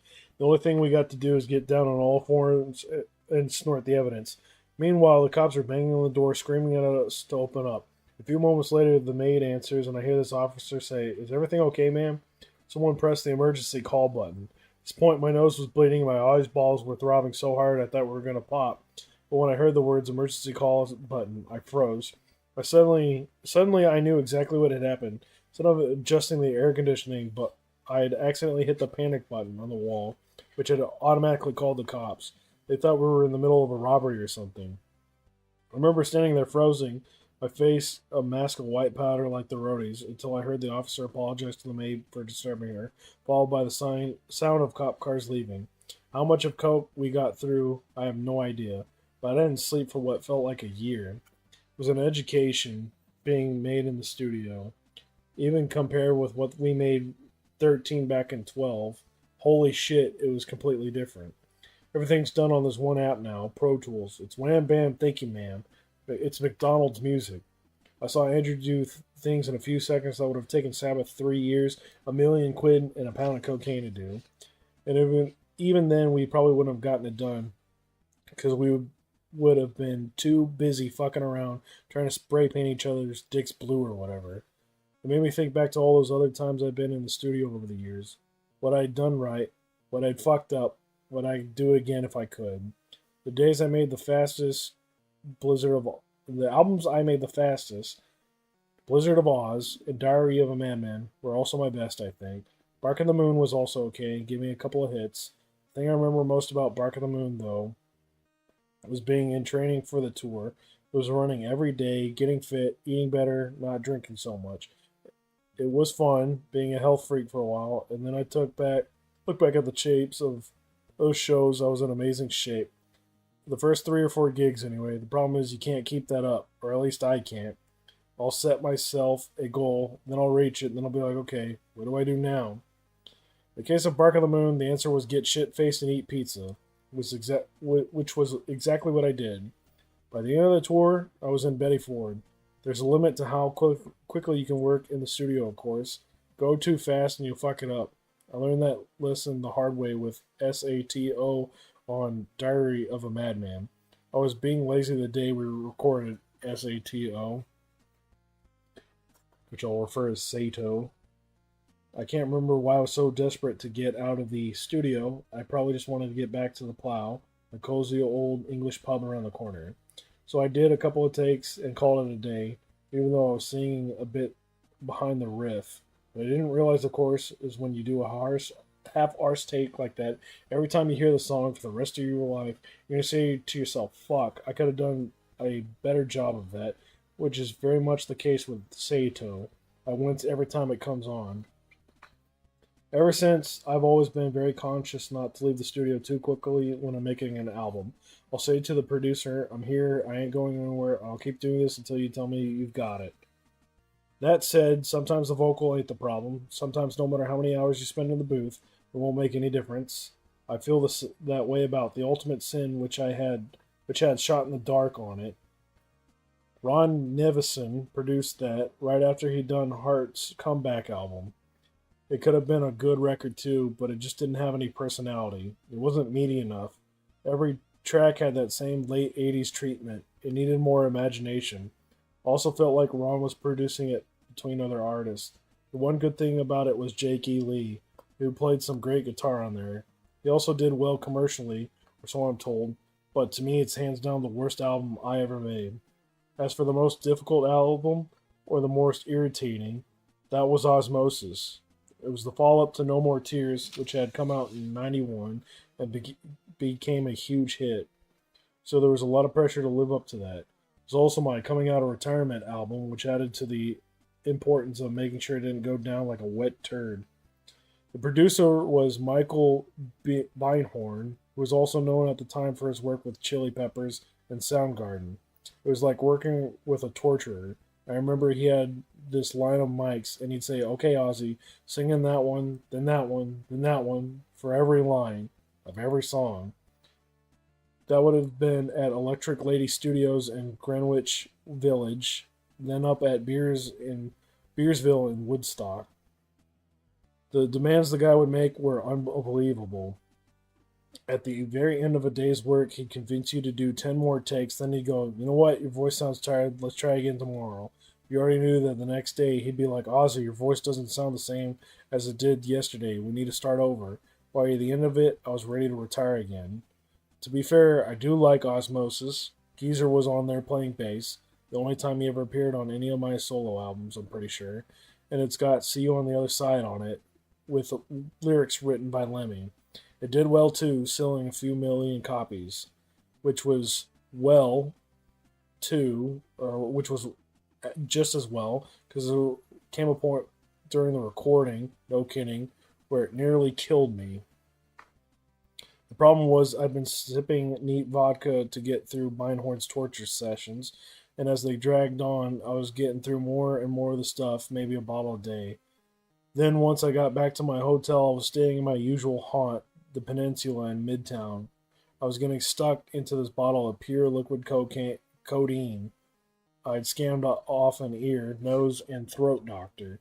I convinced myself it was the only way I could calm my mind and get myself to sleep. Now, obviously, it ain't a very clever combination, vodka and codeine, but like all addicts, I thought I could handle it. Till one night, I was lying there in my bed and I suddenly realized I couldn't breathe. It was absolutely terrifying. There I was, gasping and gurgling, my heart beating so fast while in my head I was saying, God, if you exist, please don't let me suffocate. Please don't let this be the way I leave this world. I knew that suppressed breathing could be a side effect of codeine, but it had never happened to me before, so I just assumed it never would. I came that close, man. Scared the living shit out of me. Cheryl was with me that day. I don't remember, but my old assistant was there. When he realized what was happening, I'd asked him to come back and check on me every so often. He called the doctor who'd given me the codeine and kept him on the line most of the night. When the guy came over and shot me with something to wake me up, I don't know. But I do know I never did vodka and codeine ever again. The truth is, every day I was abusing opioids, I could have died. At one point, I built up such a tolerance I was taking 9 Lorquets at once to get a buzz. I mean, that'll do it. Meanwhile, after the near miss with the codeine, I switched to barbiturates because I thought they were safer. Those are the same drugs they use for euthanasia and lethal injections, which goes to show how fucked up my definition of safer was. Especially since my tolerance of barbiturates was almost as high as it was to opioids. By the time we finished osmosis, I had reached the point where even the dodgiest doctors were reluctant to give me the quantities of pills I was asking for. They didn't think I was trying to get high, they thought I was trying to kill myself. I thought this one guy looking me in the eye, I remember this one guy looking me in the eye and going, Mr. Osbourne, you're asking me for 100 seconals. You need to tell me honestly. Are you trying to commit suicide? If I wanted to kill myself, I'd be dead already, I said. What I'm trying to do is relax. Take What You Want dropped at the end of October. I already knew it was going to be a great song, but you can never tell how a single is going to do once it's out there. I shouldn't have worried, though. It was a proper hit, getting to number 8 on the US chart and selling 2 million copies, whatever they count as a sale these days, now that everyone just streams music straight to their frontal lobes. According to Sharon, it was my first American top 10 hit in 30 years, which broke some kind of record. The last time was with Close My Eyes Forever, the duet I did with Lita Ford. Back home in the UK, meanwhile, the song made it to number 72. While the song was everywhere, it seemed like the right time to give an update to the fans. This time, though, I put out a video message, not a press release. As you probably know, or you may not know, at the beginning of this year, I had a bad fall, I said. I screwed all the vertebrae in my neck and had to have surgery. I'm not dying, I'm recovering. It's just taking a little bit longer than everyone thought it would. I'm bored stiff of being stuck on a fucking bed all day. I can't wait to get off my arse and get going again. But you're just going to have to be a little bit more patient. I'm not retiring, I still got gigs to do. But when I do come back on tour, I want to be 100% ready to come out and knock your fucking socks off. Also, there's a new album on the way. I ended up by thanking my band, my crew, our promoters, Live Nation, and Judas Priest, who have been incredibly understanding about the endless delays. North American shows were still set for May of 2020, I said, just a few months away. The European leg would be put back from January to October. I saw it off by saying, I want to say one thing to the fans. I sincerely thank you for your patience and loyalty. I love you. Now, will you fuck off and let me get better? The best part of releasing Take What You Want was going back on stage for the first time since New Year's Eve at the Forum, even if it was just for a few minutes. That was the thanks to Post, who asked if I wanted to make a guest appearance when he played there at the end of November. It was weird going back to the Forum as a different man than the one I'd been 10 months earlier. As I stumbled in there with my cane and my nurse by my side, trying so hard to put one foot in front of the other, It was hard not to think about all the things I'd lost in such a short space of time. But it was an honor to be invited. It really was. And I knew it was going to give us some killer footage from the official music video. It was wild being in the action after spending so much time at home or in a hospital bed. I'd forgotten how much noise and chaos there is backstage at a show. There must have been 1,001 people milling around. I was like, why the fuck does anyone want a backstage pass when they could be out front with a nice seat and a bar right next to them? Post came to say hello after I arrived. We only seen each other on FaceTime before. His real name's Austin, I learned. Andrew was there too. He's actually a very quiet man, Austin. Very respectful, very easy to be around. I mean, his face tattoos are a bit over the top, but everyone's doing that shit now. Like I said before, an arm tattoo just ain't cutting it anymore. Everyone wants the next outrageous thing. There's no mistaking that guy for anyone else, that's for sure. He's also wearing this bright pink short sleeve short sleeved suit with bats on it, which was a nice touch. Also got a bad case of the old stage fright before I went on, but it couldn't have gone better. I was wearing my neck brace, but it was carefully hidden, and they put me on this giant wheeled throne thing so I wouldn't have to walk, but I managed to get to my feet a couple of times. It was a great night. I was moved to be up there, actually. I think it meant a lot to Post, too. And of course, Andrew's guitar solo was phenomenal. Then at the end, they both gave me a hug as all these pyrotechnics went off. A few days later, we did the same thing again, but for the American Music Awards. Travis Scott was there for that one, but we didn't get to hang out. I like the show with Post. It was all lip sync, which I don't love. Funny thing is, when people realized I'd done a song with Post and Travis, who are both 40 years younger than me, they kept asking me what kind of life advice I'd given them. I suppose it was because they both had their fair share of controversies to deal with in the press, like I have over the years. Alright, here's the thing, man. Why would anyone else want life advice from me? Also, people are going to do what they're going to do, no matter what you tell them. When you're feeling all right and having a good time with your mates, and someone says, if I were you, son, I wouldn't do all those drugs and smoke those cigarettes, you're never going to go, oh, okay then. I don't know much about Travis, but I've seen photographs of Post out on the town. He looks like he's enjoying himself. If I were him, I'd be doing exactly the same thing. I mean, to be honest with you, until I was 70, I had the best life in the world. I can't complain. I've had 70 great fucking years, which is a lot longer than I've ever expected or probably deserved. Which is my way of saying people should do what they want. People should do what they've got to do, man. And more important than that, they should make sure to have some fun while they're at it, because you never know when or how your ride's going to end. By the time the new year came around, it was now January 2020. I knew I had to explain myself properly to the fans. Even after my appearance at the forum, the rumors about my health were getting crazier and crazier. The website Radar Online was saying I was on crazy train to death, while the good old National Enquirer, not exactly known for its subtle headlines, had declared I'd be dead by Christmas. I suppose part of me had hoped I'd have a miracle recovery, and I just popped back up, fitter than ever. But it was clear by now that that wasn't going to happen. Even my physiotherapist told me that there wasn't much more she could do. My floppy neck could be hidden to some extent with a smaller brace, but I still couldn't lift my head properly because the pain was too much.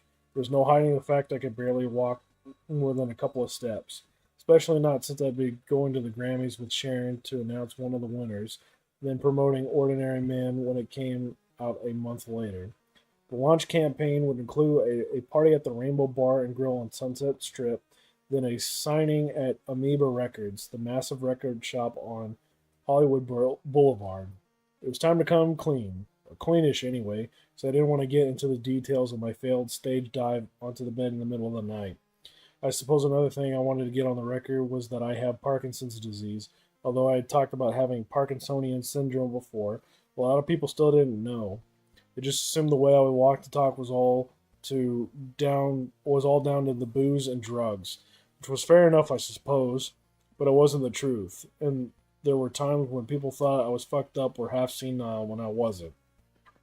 The worst case of that was at the Grammys back in 2014, when Sabbath won Best Metal performance. It meant a lot to us, that award, because we'd have been looked down on and shit on by the critics since Black Sabbath came out, and finally we were getting some recognition. So me, Tony, and Geezer agreed we'd get up there on the stage together to accept it, and because we were there, the Grammys people asked if the three of us would introduce a live performance of Ringo Starr singing Photograph, the big 70s hit we wrote with George Harrison. The idea was I'd say a line, Geezer would say a line, and Tony would say a line. But I said mine 3 times without even knowing it, which made Geezer fall about laughing. When I watched it back, I looked like a fucking half-wit. What made it so much worse, I was introducing a Beatle, one of my heroes. It wasn't the Parkinson's that made me blank out, it was the drugs I take for it. Very good at controlling tremors, but the side effect is short-term memory loss.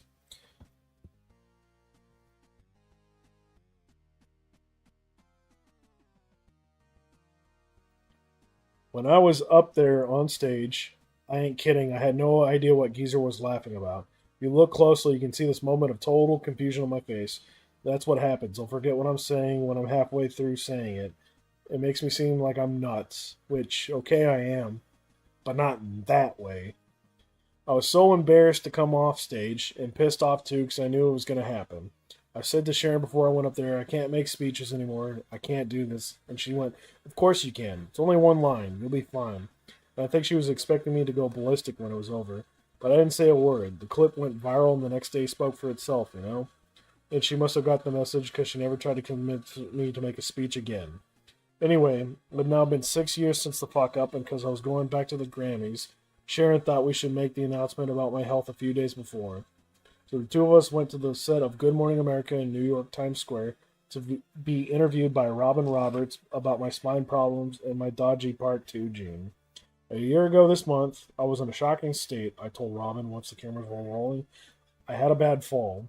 Then I had to have surgery on my neck, and that set screwed my nerves up. Also found out I have a mild case of Parkinson's is a Parkinson's disease is a neurodegenerative disorder that progresses slowly in most people, but as of now has no cure. Was this booming voiceover? I was like, yeah, cheers. I was happy Sharon was there because she could go into more detail. She explained that the research on Part 2 mutation I've got is limited because everyone has a different experience with the disease, and it's a pretty rare thing. So drug companies don't want to spend a lot of dough on research for new treatments.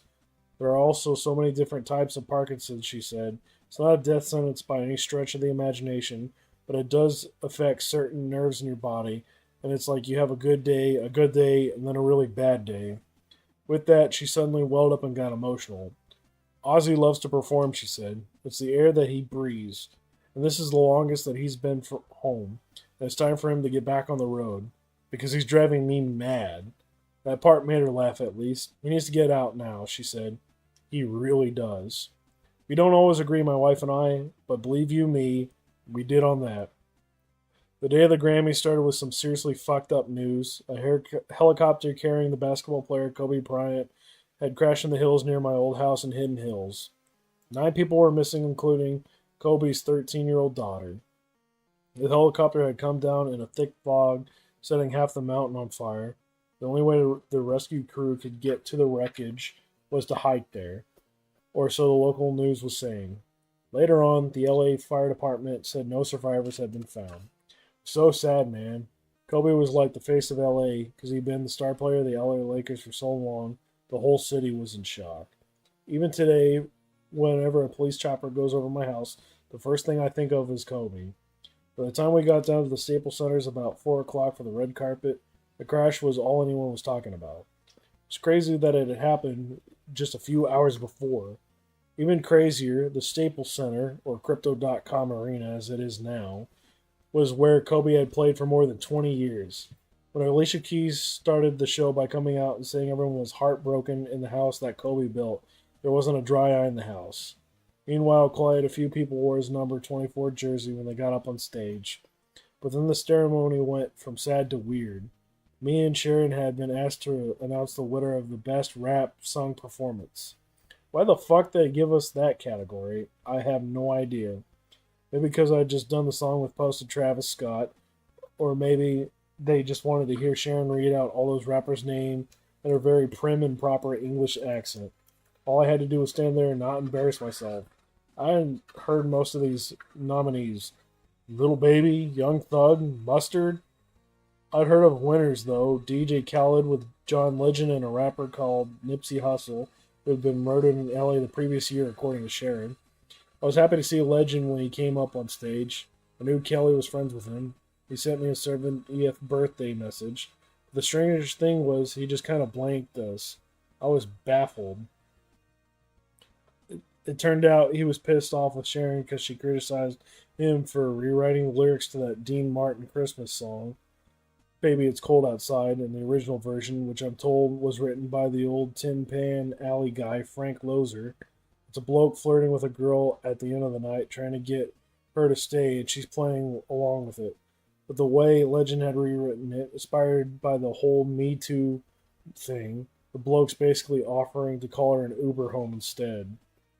Now, personally speaking, I couldn't give a fuck that he rewrote the lyrics. Who cares? It's a Christmas song. They're all hokey. When Busta Rhymes told me he changed the lyrics to Iron Man, I didn't walk out of the studio. I sang the new chorus with him. Although I suppose that's a bit different because I was the original singer and he asked for my permission. But whatever, Sharon didn't like the idea of someone messing with a classic the guy who wrote it was 50 years in his grave.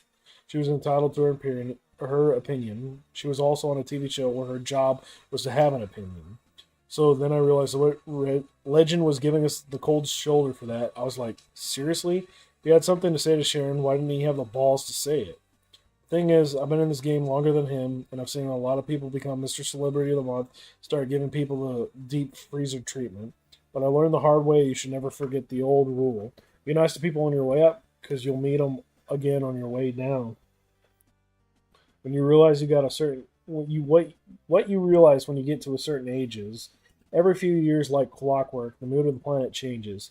You can never tell exactly when or how it's going to happen, but it always does. The next thing you know, a song that was perfectly okay for 60 years, like the Dean Martin version of Baby It's Cold Outside, suddenly the worst thing ever made.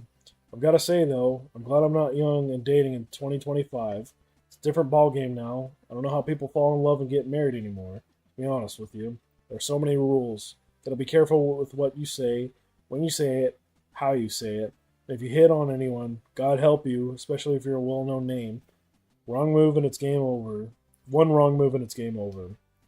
On the other hand, it's good that a few monsters got exposed. Take Jimmy Savile. Back in the old days, you were just supposed to look the other way while he's making his stupid yodeling noises, licking people's arms, or whatever the fuck he was doing to get his thrills. Can't even look at pictures of Savile now. Just the sight of the guy makes my skin crawl. And to think Margaret Thatcher had lunch with him at Checkers, and apparently invited him over for Christmas dinner every year, and all those royal functions he went to when no one knew what he was doing under the table. Jim will fix it? Oh, he'll fucking fix it, alright. What a creep. But then, of course, the police went nuts for a while, arresting people all over the place. It's always one extreme or the other. Poor old Freddie Starr was destroyed by it. The case against him got dropped, I believe, but he was never the same again. Eventually, he was found dead at his house in Spain from a heart attack. I'm told he was so broke there was no money to bring his body back home. A fan who was also an undertaker eventually paid for it, but he kept his sense of humor until the end. His coffin had return to sender on it. Meanwhile, the BBC had to apologize to Cliff Richard and pay him damages because of the way they treated him, which was also unbelievable. I met Cliff once at a party at the Palace thing. At that party of the Palace thing. It was one of them full circle moments for me because the first song I ever performed was Living Doll. I can't remember whether I told him that or not. Just remember him being an incredibly nice guy. In the world of metal, it was definitely harder for some than others when all the sexist shit went out of style. Personally, I just never did any of that stuff. I wasn't singing about trying to get my end away with strippers. I was singing about Aleister Crowley and suicide and nuclear war. The closest I got to a sexy album cover was me in a werewolf costume. There was a temptation out there, of course. Some woman would go up to you and be like, I want to go with a rock star. But you've got to remember, I was a drunk. Woman would run away from me. I wasn't trying to cover my tracks. When I fucked up, I was frightening. Besides, Sharon was on the road with me most of the time, so there weren't exactly many opportunities. Most nights, my only lover was the bottle. The only thing I'll say about the times have changed, about the way that the times have changed, is that the kind of people who start wagging their finger at you tend to be the biggest hypocrites. Ain't that true? At the height of the Osbournes, for example, Bill Cosby went on Access Hollywood and said, "Let me tell you something about the Osbournes, boop-a-doo." That was a horrible impression. Bing bop, pudding pop. That is a sad, sad family, and it's a sad case. The children are sad, and the parents are sad, and this is not entertainment. Then he said laughing at the Osbournes was like laughing at Tiny Tim, the crippled kid from Scrooge. He even wrote us a letter saying our foul language set a bad example to children. I mean, this was Bill Cosby. He had the balls to lecture us about profanity while he's dumping half of America is unbelievable. The way I look at it, if you're in the music game for long enough, the best way to survive is 1, keep your sense of humor, and 2, never, ever fall into the trap of believing your own bullshit, because that's fatal every time. For me, the Spinal Tap movie was a wake-up call. It came out in '84, I believe, right after Bark at the Moon. I don't remember where I saw it, but I remember thinking to myself, wow, this is the most interesting and relatable documentary I've ever seen. Then when someone said they were taking the piss, I was like, what? But why is any of this funny? I was so well done, man. It was so well done, man. Honest to God, I've lived basically every scene in that movie. And the thing is, if you grew up in a council house in England, didn't get much of an education, and you're thrown into that world when you're young, you think you know it all. But of course, you ain't got a fucking clue. Take stage props. Right after I left Sabbath, Tony and the guys came up with the idea of taking a model of Stonehenge out on the road with them. But their manager gave the builders the dimensions in meters, not feet.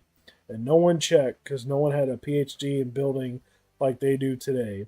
In the end, that their Stonehenge came out so big, 50 feet tall apparently, that they could barely get it through the doors of even the biggest arenas.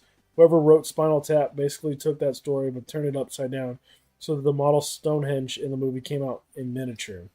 Meanwhile, the amps that go to 11 remind me of the first time Sabbath went to America.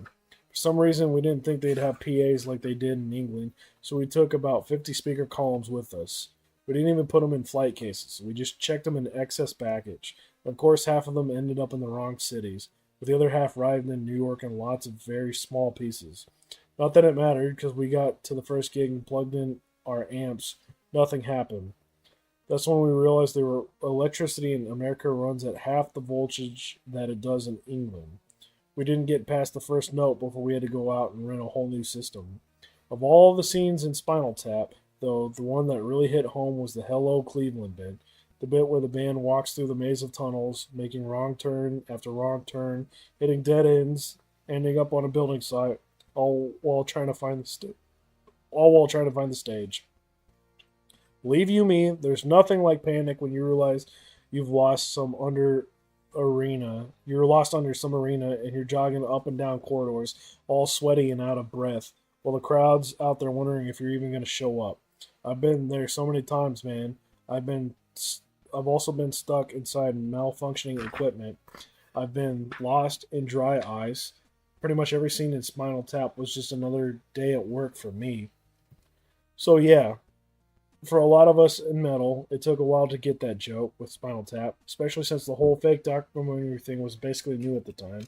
But you gotta laugh, man. You really have. Because if you take yourself too seriously in this game, you're gonna end up losing the plot. 3 days before the release of Ordinary Man, we officially canceled the North American leg of No More Tears 2. Not postponed, canceled. I can't tell you what happened. I can't tell you much I hated the fact we had I can't tell you how much I hated the fact we had to do it. But if we pushed back the shows, it would have been the third time in a row.